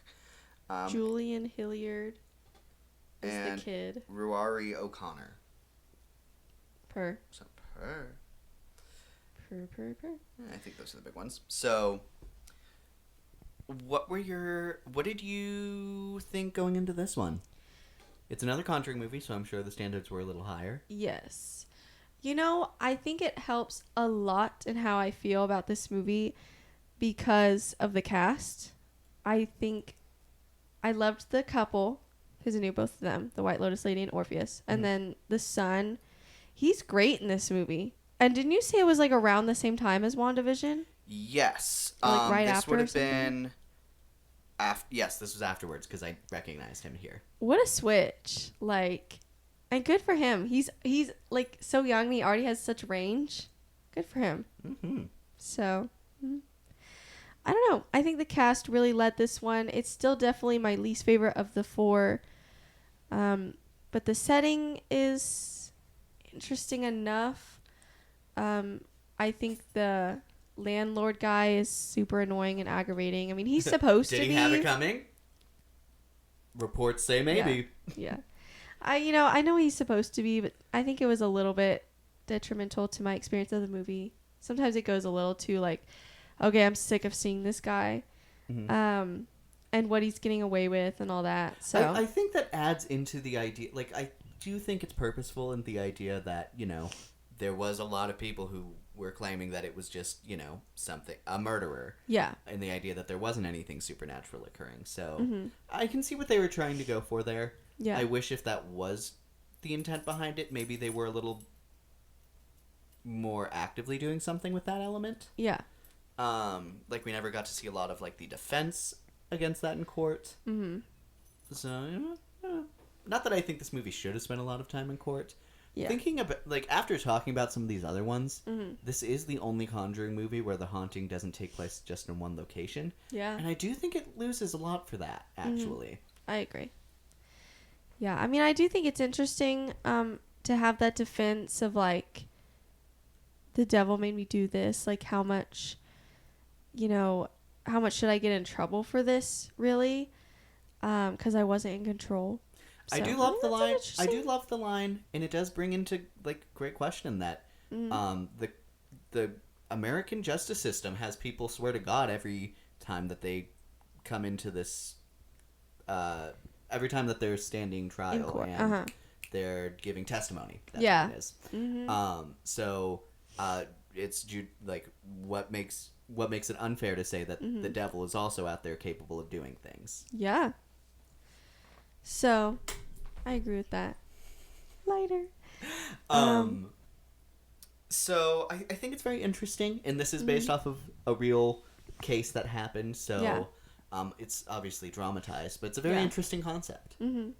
Yeah. Um, I think, like, all of the Conjuring movies are at least enjoyable enough to be watchable, and then it just goes up from there to being really, really good. yeah. So, yeah, props to them. Because you can't say that about the two Nun movies, because the first one's not that good. And you can't say that about the Annabelle trilogy, because the first one's horrible. So, And I think it's the mystery element was very interesting here. I think there's a mystery element to kind of all of them. mm-hmm. But this one was the most, like, what is happening here Yeah. of them all. So it's very interesting to start that. I also think it's an interesting starting point to jump in the night of the original exorcism. Yeah. And then kind of have to play, okay, so what did we miss going back through it and then Yeah. going forward. It's a very interesting place to start, I think, for a movie. Mm-hmm. And I do love the couple. I love that is such a driving force in this movie. When he's in the hospital and she's, like, realizing something's wrong and something's after him, like that race to help save him. Yeah, it's all very intriguing. Even if maybe the different settings bring the film down overall, I think within those scenes there are still some moments that are interesting. For Sure. I will say, I wish maybe this film could have used some more comparison between the two couples. Mm-hmm. Like we were saying, the family elements being highlighted in our top two films of this franchise, Yeah. I think help elevate them to something really special. I agree. And like I don't even think we see Judy at all in this movie. So I think so. maybe that's also an element that's missing. Mm-hmm. And maybe just highlighting that with, more. Like, it feels weird that we didn't see Sarah Catherine, as much as you would maybe think with how big of a name she is now. But that was before White Lotus, so. Yeah. But very interesting. I think that could have been an interesting way to kind of boost it up a little bit. Mm-hmm. How do you feel about our antagonist of this movie, the occultist? Oh, right. This is the one with the altar? Yes. Oh my god, I totally forgot about that, but I actually really liked that element, even if she was, like, kind of aggravating. She was scary. She's scary. I like her because she's like the antithesis of Lorraine. Yeah. And to an extent, That like element was... Lorraine alone without Yeah. love for her family. She literally kills her father. Or not her father, but the person who raised her. Okay. I'm forgetting that part. Yep, but because that's okay. she was hiding in the basement of that of I can't remember if it was a church, but it used to be a priest. And after they brought down an occultist organization, she was basically some kind of like weirdly birthed ritual baby. Okay. And he raised her in secret and wasn't able to prevent her from looking at all the stuff that her parents were into. Yeah. And then because he raised her, he didn't have the strength to kill her. Or to stop her or whatever. Yeah. I did really love that element of her and Lorraine, though. I thought that was very intriguing. Whenever they like catch each other in their visions, in like that standoff, I think is so great. Yeah. The totems I think are very interesting. I really like the scene where Ed thinks that he's fighting off a demon, and then he like cuts to reality and he's has like a knife to Lorraine. Mm-hmm. Very scary. Yeah. Also iconic scene, I think the opening exorcism, the waterbed scene. Mm-hmm. And I would... Ugh. That's so creepy. And I really like the last scene where... what's his character's name? Arnie is like hovering above the ground in the hospital and is like that's about to happen. Yeah. Very cool. Very fun stuff. Yeah. Yeah, I wish it just came together more and had more of that family element to it. I agree. But it's still an enjoyable watch. Still a fun watch, for Yeah. sure. That brings us to The Nun 2. After the first one, what were you expecting? You know, I knew that you told me this one was going to be better. And I believed you. I was like, I'm here for it. The first one was okay. This one, I'm excited to see more of Sister Irene. Yes. That's her name. And then Maurice. And then to find out Susan was in this film was so fun. I liked the new setting that we were in. I liked the garden elements. Stormy Reed, I think, was awesome. I wish we got more of her, though, I will say. But the amount, when she was in this film, it was fun to see her, for sure. I agree. And I remember being like, oh my god, who's it going to be, when you were like hyping up that somebody I knew and liked was in this film? And then it was her. And I was like, her. I don't know. I think the scares are better. I think Valak is used much better. Yeah. Here they really locked in on like what makes the nun scary, and like she doesn't move a lot, and like she has her like stare and smile, and I love their focus on that being what makes the nun terrifying. Not that she's a demon; it's that she looks very uncomfortable. Yeah, and I love the scene with the barrels and it's like blood. I love the scene when they're on the streets and it's the magazines flipping. A great Oh my god. scene. Yeah. Those are probably my two favorites, I would say. Mm-hmm. I'm struggling to remember what else. I will say... Any other standouts for you? Oh, the lore drop, I think, was really cool. Yes. So they tie this into the greater Conjuring universe in a really cool way with the idea of Saint Lucy and the idea that Valak was after the holy artifact that is the eyes of Saint Lucy that were ripped out of her head. Yeah. Because she had a vision sent to her by God, like Lorraine and Sister Irene, who I think because she's a nun, she can't have children, but they talk about how there's a lot of different descendants that ran off and hid and had their own bloodlines. So the idea that they share ancestry to St. Lucy, I think, is really cool. Yeah. And I actually think in this newest one, I think Judy might have had a little thing of St. Lucy on her wall, actually, which I thought would have been, if that is what that was, I think that's a great little Easter egg. Yeah. But super love that. Kind of give an exploration as to why they're able to do what they do beyond just, the power of God, why specifically these people, and then even why Valak is so tied into what Ed and Lorraine are doing in their present day. Yeah. Super cool. And actually, whenever Valak gets the eyes, I super love the shot of, like, the angelic power behind her as she's, like, going up. Super cool. Yeah. I just think this movie is overall definitely a better follow-up. And I don't know what else I was going to say. I just liked the dynamics better. I think Irene and Maurice were used much better and has more iconic scenes, I will say. We have the goat. We have the altar boy killing his mother as yes. a ghost. Yeah. We have her as a ghost with the roaches on her. Goat Man. A lot of different stuff. I love how many different things they have scaring people here because, like The Conjuring 2, Valak hides behind other ghosts. Yeah.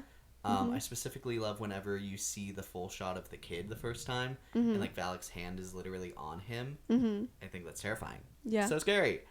Yeah, I like the aesthetic of this movie a lot more than the first. Yeah.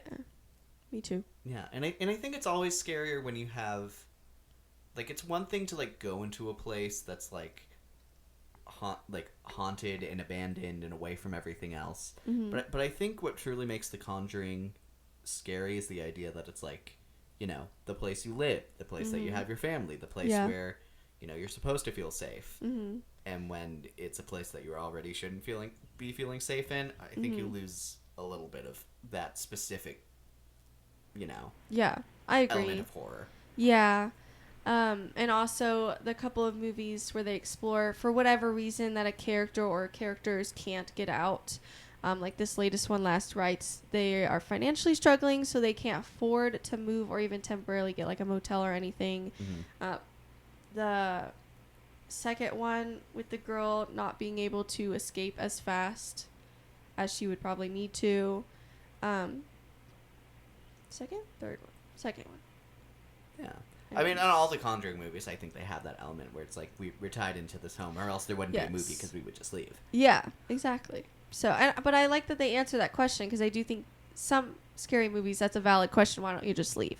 And I feel like they do a good job at saying, this is why. So, yeah. For sure. Yeah, anything else to add on the Nun 2 before we move on? Nope. Okay, this Brings us into the latest movie, which I think I'm the most excited to talk Yeah. about. Yes. The Conjuring Last Rites. So, this was being advertised as the final movie. This is the last case that the Warrens ever took. Yes. And then they retired after that. Yeah. Even though they retired before this, but then they came out of retirement for it. Yeah. Validly. So, But. yeah. So, how are you feeling about this being the last entry before you saw it? Oh, like going into it? I was very excited for this film. I thought the trailers looked good. I was excited to finally see one in theaters. That was like just enough to get me very excited for this. And I was excited. I always have fun seeing like one of the later or last films in a franchise. Like when I saw Mission Impossible, I think it's just fun, the theater being filled with people who also love this franchise, because it's like most people are not going to go see this without having seen any and maybe all of the previous films. Like most people are not going to do that, because then they're probably going to be a little lost. So it's fun to see a movie when you know the whole theater is also there because they love the franchise and Ed and Lorraine. So I wonder if there's anything else. I don't think there was anybody in the cast that I can remember off the top of my head that I was like, that's why I'm seeing this. I think it was more just, I'm finally seeing it, one, in theaters. I like this franchise, and I love some of the movies in this franchise. I know I get to see it with like everybody else that also loves this franchise. So I don't know. No, absolutely. Yeah. My thought. And I was hearing it was good. Yes. So. My thought kind of going into it was, I don't know. It feels very weird, I would say, with where movies are right now, to say it's the last one. Because I think, obviously, I think these movies are like building blocks to where horror is today, which is very mainstream. Yeah. And has a great audience. Yeah. So I was like, it feels like a really weird time to say now is the last time we're doing these movies. Yeah, especially when they have so many other cases, which we can get into this later, how they're now talking about maybe some other stuff they're going to do, and I'm glad they're talking about it. Ultimately, I'm not surprised. There are talks about them wanting to do a show on Max, and then talking about doing possibly prequel movies, which I think are a great idea. Absolutely. I think keep them coming, as long as, you know, the ideas are already there. There's a lot of good ideas. If you can find a team that is passionate about fleshing it out in a cool way, then let's do it. Absolutely. And as long as the two main actors are willing to come back. And I think it's fun that they would have to flash back to do more work, because at this point in the franchise in the timeline. Ed is very much like, even if he wants to continue, he can't. Like, he physically can't. So, or shouldn't, I guess. So, because of his heart. For sure. So, I like that we're not going to have to worry about that when flashing back. Yeah. So, we're not going to have to worry about, are they going to die? Like, so. Because it's a prequel thingy. Yeah. And I was You know, very there's more to come. interested because I didn't know anything about their final case, so I was very Yeah. curious how in the movie they're going to be like, this is why it's their final case. Yeah. I guess I probably Totally. should have assumed it had something to do with his heart after the last movie, Yeah. but But, honestly, it's more than that, too. I think it's the heart, but also just what this case sure, meant to them and how long it meant something to them.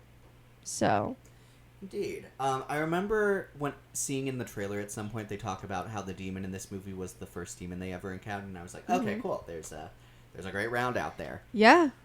Yeah, and they do it so well. Like, I love Yes. that Judy gets to be in this film so much. I love that the guy she's with, I think he's actually does a really good job in this Yeah, film. Tony's a great addition, and I think I think it would have been, forgivable for audiences to be like, to kind of not use that role as a lot and just focus on the family dynamic that was already there, but I like Yeah. adding it.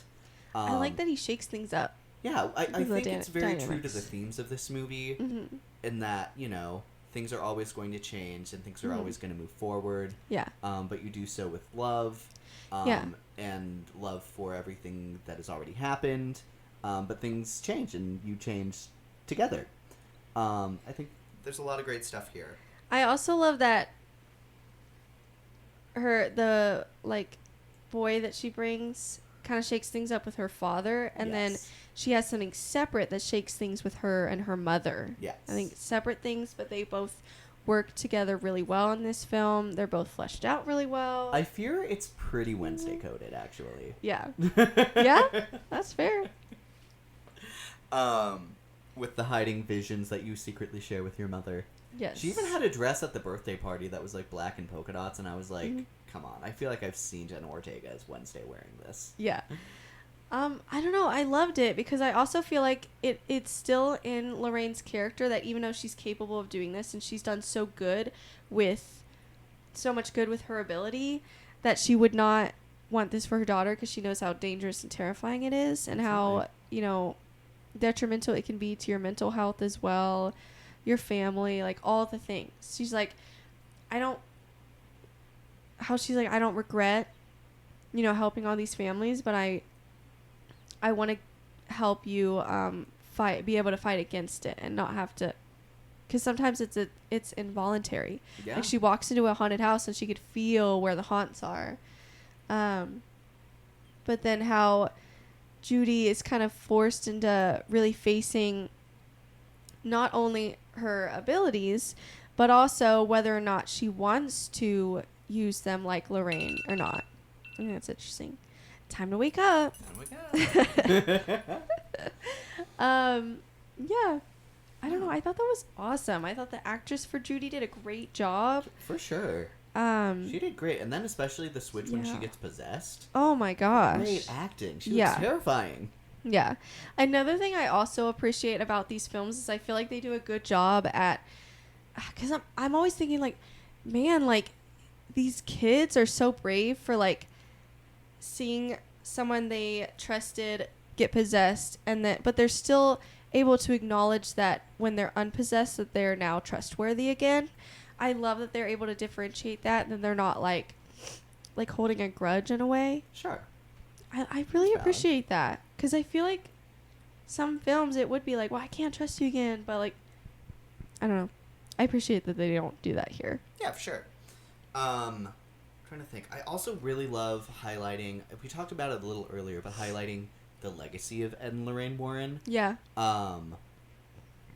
And about, regardless of if you think that what they did was real or not, and honestly at this point, regardless if it was or wasn't, they are super influential to what, like, modern pop culture, like, obviously the Conjuring films are one thing that obviously have led horror to where it is today, but Yeah. you know, ghost hunting and paranormal sciences and what have you are a huge deal. Mm-hmm. Like they have their own channel and stuff like that. So Yeah. and I All super the enjoyed that podcasts. stuff coming up. Ghost stories, and Yeah. they really added a lot of fuel to that fire, and a lot of people love that stuff. So Yeah. you have to give them credit. Mm-hmm. They're either if they aren't con men, then they did great work moving this science along and helping Yeah. families. Mm-hmm. And if they didn't, then they created a lot of entertainment and also brought in people who are also interested in this field and created a lot of validity for that community. Yeah. So I really love how this movie highlights that. And regardless, they were a family that, you know, loved each other and loved other families. Yeah. Period. It's very sweet. Mm-hmm. And then I really liked the theme between like letting go and change. I really love how you're fighting the same demon, obviously, but it's almost like metaphorical that, you know, you almost lost your daughter originally, like right when she was born, to this, and then What an opening. it's, oh my gosh. I love that opening. Ugh. It was so sad, and I love that later. I guess we're getting right into spoilers? Yeah, absolutely. I love that later they say something along the lines of like, our daughter was stillborn for 1 minute and that was the longest minute of our lives. Like, you'd never be capable of understanding that. And so in it's that like scene, she's it our feels miracle. like you feel that as an audience member as well. Yeah. And it, you know, I also appreciate that they had Ed talk about that, because it's not that just, he's not just like an overprotective father. Like, he has a really, really good reason to want to protect Judy and hold on to her. I don't know. I think that was done really well. It was very powerful. I'm glad that they said that, because it adds depth to Ed as well. It's not just, he's not just some annoying like overprotective father. So I love that. No, absolutely. And I think it really ties into the idea that, you know, and that happened because of a demon that literally tried to come for her as a stillborn. Yeah. And I love the idea that that's why Lorraine is doing what she is with her, and the idea that, like, blocking it out instead of following their family motto of you don't run from a fight, you face it. And that idea that I think you see in a lot of parents where they want to be the ones to handle the situation for their kids. Yeah. So that they can be, you know, safe and protected. But then it gets to the point, like, when they go off to start their own families, that you have to start letting them, hey kiddo, the cat's up on my lap right now, ish. But you have to kind of let them learn to fight their own battles and be able to stand on their own, and how that's difficult. Yeah. Especially after all the stuff that you've seen them, you know, struggle and fight through as a kid. I think this movie really highlights how that's really difficult, but it's still really important. I also liked the family that's being haunted. I liked them enough, at least.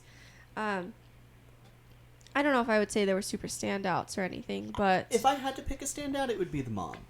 I think she brought a really fun energy, but I also just really liked the idea of the large number of people living in this decently small house. Yeah. I love the family dynamic. I love, like, how close they were and how they helped each other. But it still was very believable, I think, with how these siblings interacted specifically. Yeah. I like that. That is a family-ass family. Yeah. I loved that scene when they're, like, the two sisters, the older sisters, are bickering. And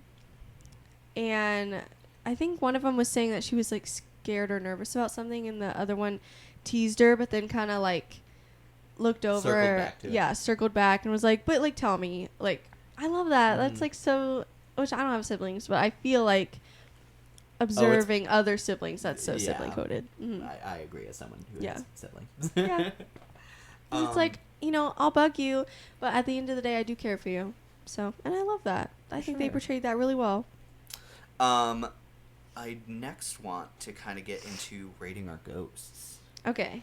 So I have a list of our ghosts. So first, we apparently had a ghost wife. And let me say, I feel like her and her mother as a ghost. I didn't know they were two separate things. Yeah. I feel like the only one I can really even picture right now is the dad. Because he shows up very distinctly. Yes, when a he few shows up, it's times. very distinct. Yes. And he is terrifying. Yeah. I think the smile that they give to like all of them is really great. Yeah. Oh my It's god. so unsettling. Yeah. I would say the old lady. Okay, of these three, I think the old lady is the most unsettling. Yeah. I think she is terrifying. Yeah, that was like, oh, I'm gonna peek through my fingers, like covering my eyes a Mhm. lot. And Kinda then moment. it's husband, and then it's Mhm. wife. Honestly, the only two moments in the movie that I know I was looking at the wife as a ghost Yeah. was in the attic when he says, "I see her on the ceiling," Mhm. and I'm like, "That's not the old lady." I Mhm. thought that was the husband, but clearly we're talking about another woman, and Yeah. they talked about there being three spirits. So I was like, okay. Yeah. And then whenever she, in Lorraine's Gets vision in killed. the basement, gets the axe to the head. Yes. Yeah. That's what I'm picturing. But that's the only two times I could see her. It's a shame that she didn't have more going on. I agree. Totally agree. Especially because whenever they started talking about the three spirits, and I was like, Mhm. 1, 2. Well, because isn't on the mirror there's 3 faces? Yes. Yeah. So. Very interesting. And then we have the demon Yeah. of the mirror. We only see him a little bit, Mhm. like crawling on the ceiling a little bit towards Mhm. the beginning and the end. Very creepy, but I don't think we get much of an impression other than like what he has the ghost do in the mirror. I love the reflection stuff, like Mhm. whenever the family is looking at themselves and their monsters. Yeah. Love the effect of that mirror. Can we talk about how awesome that mirror is as an artifact? Mhm. But also the mirror scene when Judy's trying on her wedding dress. Oh my god, I hated that room. First of all, why would you leave me? I would never be left alone in that room. No. That's terrifying. Ugh. And then, I don't know, and that scene is so good. Like, Yeah. the long distance one being changed, and then the person under your dress. Oh my god, I hated that. I hated that. And I just knew it was going to be my least favorite. Ugh. Oh, That's so terrifying. ugh, so creepy. And then we had Annabelle show up. Mm-hmm. And in a big way, it's the first time we actually got to see. Obviously, it wasn't the real doll; it was more Yeah. like a Like a what she was seeing vision. kind of thing. Uh-huh. But we got to see Annabelle move and kind of become a giant scary demon thing itself. Oh my god. Still looking like Annabelle, which I thought was a crazy Yeah. choice. To me, But it was giving like, I think like Poppy's playtime. yes, it Yeah. really is actually. Yeah. Oh my god, it was terrifying. That was another one where I was like, I didn't even look at half the scene. I'm gonna be so honest, guys. There was a really funny because it's like walking down this hallway, but it's bigger than the hallway, so you Yeah. see Annabelle's like head being like. It's also giving It's- like the Alice in Wonderland scene when she's in the house Yes, as yes, well. it is. Yeah. But scary. But really scary. Yeah. But very fun. Yeah. Very fun. I thought that was a fun way to still include her. Speaking of, I love the line, "Do you like dolls?" No. No. No. No, that's me, honestly. God, our whole theater laughed at that one. Yeah. That was hilarious. So we talked a little bit about the cast. Really loved the family work here. I actually really liked the emphasis on Judy. And I Mhm. actually really liked that this was basically her movie. Yeah. With the demon, I don't know if liked is the right word, but I thought it was really interesting the idea that his end goal was to have people hang themselves. Yeah. And the idea that the poor guy in the beginning ended up being hung, and then once the mirror does its stuff to... once he does... R.I.P. Indeed. Father. Yeah, that one... Oh that my one got me god. as well. The biggest gag to me out of the entire movie was when he turned around and the lady at the desk was gone. Oh my god, I don't think I was gagged more than in that scene. That's valid. Because it wasn't like even inherently, it's not like a demon was there and like jump scare. It was just the eerie fact of like, oh my god, something's going down. Like, this is a different room. Like, I don't even know what's happening. Was she ever there, or is this just a vision where I don't know? Yeah. It's just the unknown, and that was so shocking to me. Ugh, R.I.P. Indeed. That was so sad. I really was sad when that That was happened. a lot, and I really liked kind of what they kind of took up from, that loss, because we've Yeah. seen him in all these movies so far. Yeah. Oh, the Um, funeral scene when they were talking about him. They said something like, I forgot what they said. Cole mentioned that he really liked what Lorraine said about him. It was something like he was such a light, and it was a shame we couldn't have been that for him, or something Yeah. like that. So, I don't know. He was It's like he he was always- a light to so many families. Mhm. We just wish we could have been that for him as well. Yeah. And I super love that sentiment. Mm-hmm. Yeah. Ugh. But no, and then even in that opening scene with Judy being stillborn, they Mhm. talk about the umbilical cord being wrapped around her neck, Mm-hmm. and I was like, Oh, my God, I didn't even think about that. No, I was. I'm clocking so that, glad I you was like, pointed that out. Oh my gosh, that Mhm. is terrifying, but really clever. Yeah. Oh my gosh. That is crazy. I hated the first time they went up to the attic. I'm like, why would you do that? Oh, when Judy went, I was like, girl, what you doing? Girl, why are you going by yourself? Wasn't she going by Yeah, herself? because she heard her mom up there.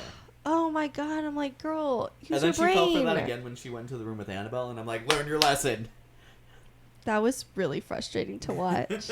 Even though it was still scary, but. So since we're going a little deeper into this movie, Mm-hmm. do you have any potential issues with this film? And like you just talked about, like you can't believe that she fell for that same trick twice in a Yeah. row. Are there any others? Maybe even just a little nitpicky. I don't think so. I'm really just in my mind picturing things I liked about the film. I love the use of the phone and the phone being dragged into the pantry. Yes, that Oh was a my great one. As soon as God. they like did that with the girls, I was like, oh, they're gonna do that again, and it's gonna Yeah. be terrifying. And I Yeah. loved that it just kept like Mhm. after like the girls run by and you know that it's not them. Mhm. I love that it just kept like teasing her to get closer. Yeah. That was, oh, that's so good. I really do think I've pointed this out a couple times in this episode already, but I really do think one of my favorite parts of these movies is that the demons are not shy. Like they will point themselves out to you. They usually don't just pick one person for the whole film. Like it may take them a while, it may not. They may reveal themselves pretty early. But eventually everybody in that house is going to know someone's there. Mm-hmm. And they're not going to shy away from that. And I love that. Even if they're only after like one soul, they're still going to make themselves known. And I do appreciate that. So, Yeah. yeah. And in this one, I particularly like the idea of like, what are they waiting for? And Yeah. The idea that they were waiting for the attention to draw For in the Judy. Warrens. Mhm. Loved that. I love that they had the element of people like recording them, and like their neighbors are now mad at them, and they're just like they're just so stuck in the situation, and the whole town knows about it. And I don't know, I thought that was interesting. The media being there again, it adds to that. Like Ed and Lorraine, they freaked out when they're like, "Oh my God, you're here!" No, I like, love the idea that they didn't want to be seen there. Yeah. But obviously everyone knows who they are and why Yeah. they would be there. yeah, Super great. yeah. Two problems that I had listed, and I will say these are still very nitpicky. Mm-hmm. But I said possibly could have used a little more ghosts. We do spend a lot of time talking. It is the Yeah. final one, so it is supposed to be like a goodbye of sorts. Yeah, I I think that's but fair. it feels like things got very intense very quickly. yeah, Maybe if we used a little bit more like build up to it. mm-hmm. That's Just fair. Just a little bit of a nitpick. Mm-hmm. But every time we saw a ghost, I think it was like perfectly executed. Yeah, And then I think some of the Annabelle animation looked a little goofy. There's a specific shot where it's like just the dress of the doll, like Mhm. getting big and expanding, and I'm like, mm. I feel like I'm not looking at anything real. Like this looks like it's Yeah. out of an animated movie yeah. for a second. I remember you mentioned that, and I can't really comment on that because that was the scene, Yeah. that was the whole scene where I was like, my eyes were covered half the time, so Mhm. couldn't even tell you if it was weird because I didn't see it. So Yeah, Yeah. but still great movie. Yeah. And that's like all I can think of. yeah, I was really struggling to think of anything as well.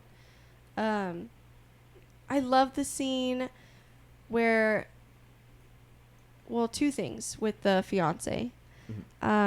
When he became the fiance, when he Yes. proposed, when he wanted to propose, but not really in that moment. And then furthermore, when they're like, you should wait, but then she's there. I loved that entire scene.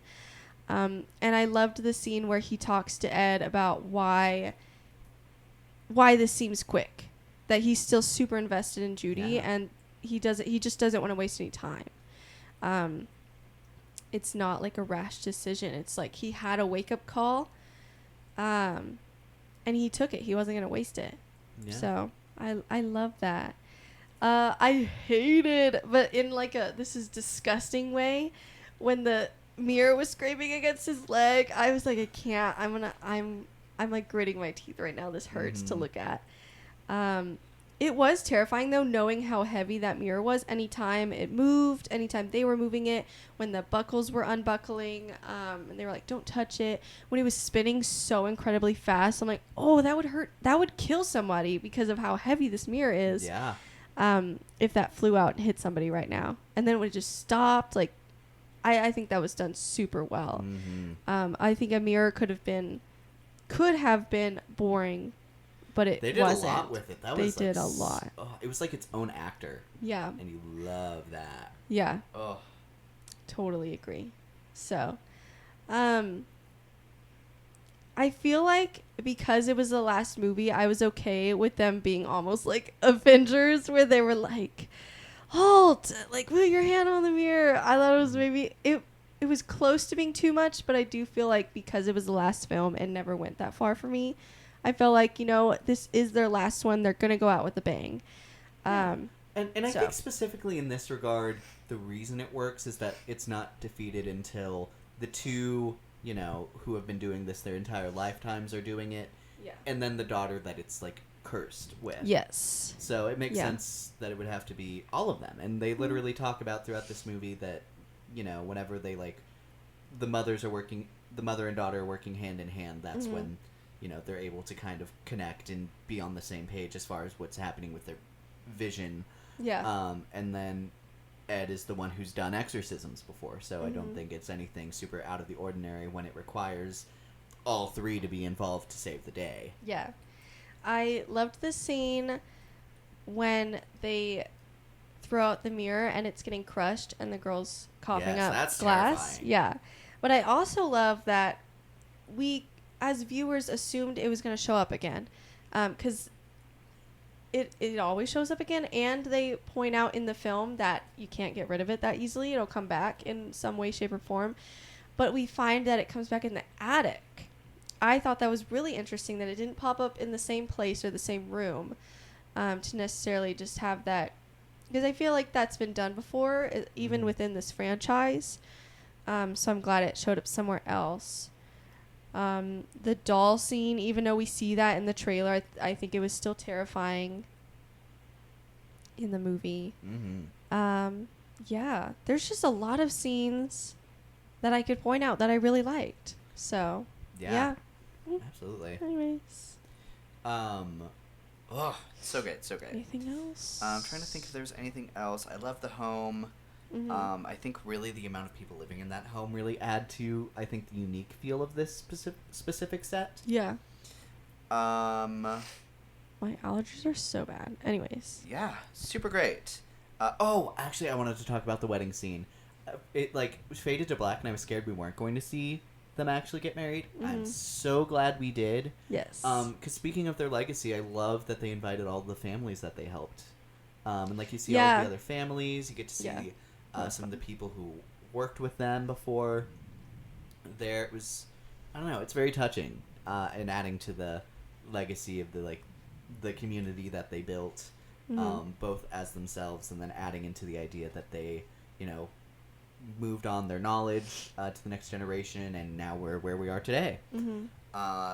Super loved it. I thought that was a really great ending point for them. Yeah. Sorry, I'm pulling up the reception stuff. Yeah, absolutely. Whenever, do you want to move on to the reception stuff? We'll go on to audience reception, audience and critic. So what's interesting to me about this film is me and you both really liked it, and Cole really liked it. However, this does have the lowest cinema score out of all of them, with a B, because the third one had a B+, and then the first two had an A-. which I find really interesting because also the critic score wasn't that good for this movie. It was 56, so it is rotten. But the audience is 79, which is also maybe a little low, I would think. yeah. 79, you said, for Last Rites. That's just a little surprising to me. Yeah. I do, because I feel like I've seen nothing but positive reception online, at least. In person, it's really just been our friend group anyways. So, I don't know. And it's also accumulating like crazy at the box office. Yeah. Like it almost crossed the second century mark in its first weekend worldwide. Yeah, it was really close to that. It's the biggest opening for a horror movie, I think, ever. Because it beat the 2 It movies. And I forgot what the third one. There was like, they listed 4, and I forgot what the 4th one was. But the 2 It movies were the big ones that it beat. So, yeah. Yeah, I love That's that crazy. for this franchise. I think as soon as I heard that, I was like, cool, I can't wait for the spinoff Yeah. of something. Yeah, and of course now they're talking about a TV series. I think they're talking about it as if it's already happening, like confirmed to be happening at some point. Prequel movie, I think, is still in talks, the last I heard. So that may or may not happen. I would be surprised if at this point it didn't happen. Because, at the end of the day, these studios love money, and it still makes money. So I also think it is interesting that I feel like, which I don't have anything else to compare it to, because like I said, I hadn't been there for any of the other films when they released. But I feel like this wasn't super heavily advertised, so it is kind of surprising to me that it's doing so well. But I'm not mad at all. I'm very happy for this franchise. I think it was hilarious when they were posting some of the shows. They had like holy water and like stuff they were selling or giving out for the movie. That they were like blessing theaters before they went in. Yeah, your gimmicks can't beat the king, apparently. Yeah. And imagine if they added gimmicks for the king. I thought it was funny. No, that is very funny. As far as box office, we already talked about how it is doing. I've updated our movie tracking list. I want to say I think I did it Monday, so it's not the most recent numbers, including this weekend. But as of after last weekend, it had grossed 210,000 is where I'm at currently. Now I have, it must have just updated. Probably. It usually does in the middle of our videos. Yep. Now worldwide it has 332 million. Woo! That's awesome. And what was the budget, like 50 million or something? Let me 55 million. Yeah, it's making such a Oh great my profit. gosh. 330, so that would put it to be the 12th highest grossing movie of the year so far. That is just Meaning it just awesome. beat Final Destination Bloodlines. The next one it'll beat A Sinners. And that'll make the most profitable horror movie of the year. Yeah. That is awesome for this movie. I'm so happy for them. I think the poster they used is also great. It's the one where Ed and Lorraine are like... Opposite of each other and screaming. Yes. And then it looks like a devil. Mm-hmm. Ugh. I love that. Oh my gosh. So- What is this film going to end on? Excellent. Well, That's the question now. I know. so looking at some of the how other movies are doing so far. Yeah. Sinners is the next one to beat, which is at 365. I think it'll easily do that at least by next weekend. Absolutely. Yeah. Looking at some of the other stuff, after that it would have to be Thunderbolts. Do we think it'll be Thunderbolts? What is I- Thunderbolt? That's did at it- 382. Oh, yeah. Do we think it'll get into The the fours. Yeah. Fives? I'm thinking like a 500 million range. Because If it gets into the 5, it'll be fantastic. Most likely Be Fantastic Four. I think it'll have a 5 in front of it by the end.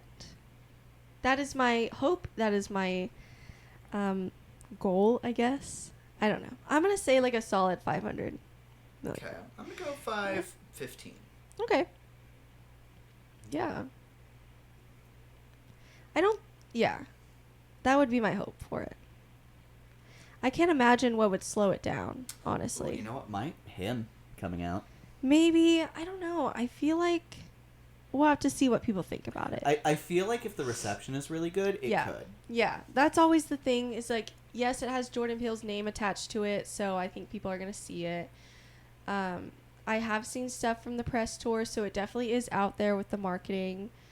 And it's also a very short movie. I looked and it's an hour and a half. An hour and 32 minutes. Okay. So super quick watch.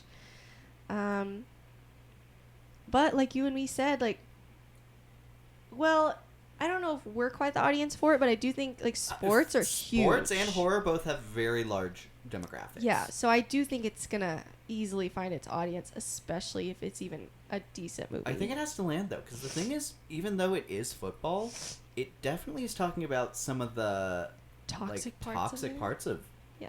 football and that whole sphere. So I'm Yeah. interested to see if that Mhm. is able to land with its general football audience, Yeah. or if it is going But to I lean mean- only into the horror. Again, like we were kind of comparing it to the themes of like Whiplash and Black Swan, and those are widely talked about. So But talked about doesn't mean box office necessarily. yeah, box office. That's true. So I don't know. My stomach is going crazy. Anyways. Well, I I think don't know. that is most of our talking points for this movie and this franchise. Mm-hmm. We already talked about what might be coming in the future. I'm so hoping, since they announced HBO Max was going to be a thing, I was saying we need a Conjuring series where we just see a bunch of one-off episodes of them getting all of these other cases. Yes. And it is so crazy that now they're talking about doing that. Or Yeah. something along those lines, a series. But, like, that's Yeah. the series. Yeah. I'm so glad that they're talking about seriously doing that. I hope they do. I'm so seated for that. Seated for a prequel, seated for whatever they want to do. So, For sure. yeah. But that being said, I think that is all we're gonna have time for today. So I think so. thank you guys so much for listening to us today. Let us know what you thought of the Conjuring Last Rites, and what are you hoping for from this franchise in the future? Let us know in the comments below, and if you are watching on YouTube, please leave a like if you enjoyed this. Yeah. And subscribe for more content coming up. We've also watched the new release of this weekend, which is The Long Walk. So we will be talking about that pretty soon as well. So until the next time, I'm your host, Luke. And I'm your other host, Alicia. And thank you for watching Not So Straight Nerds. Bye.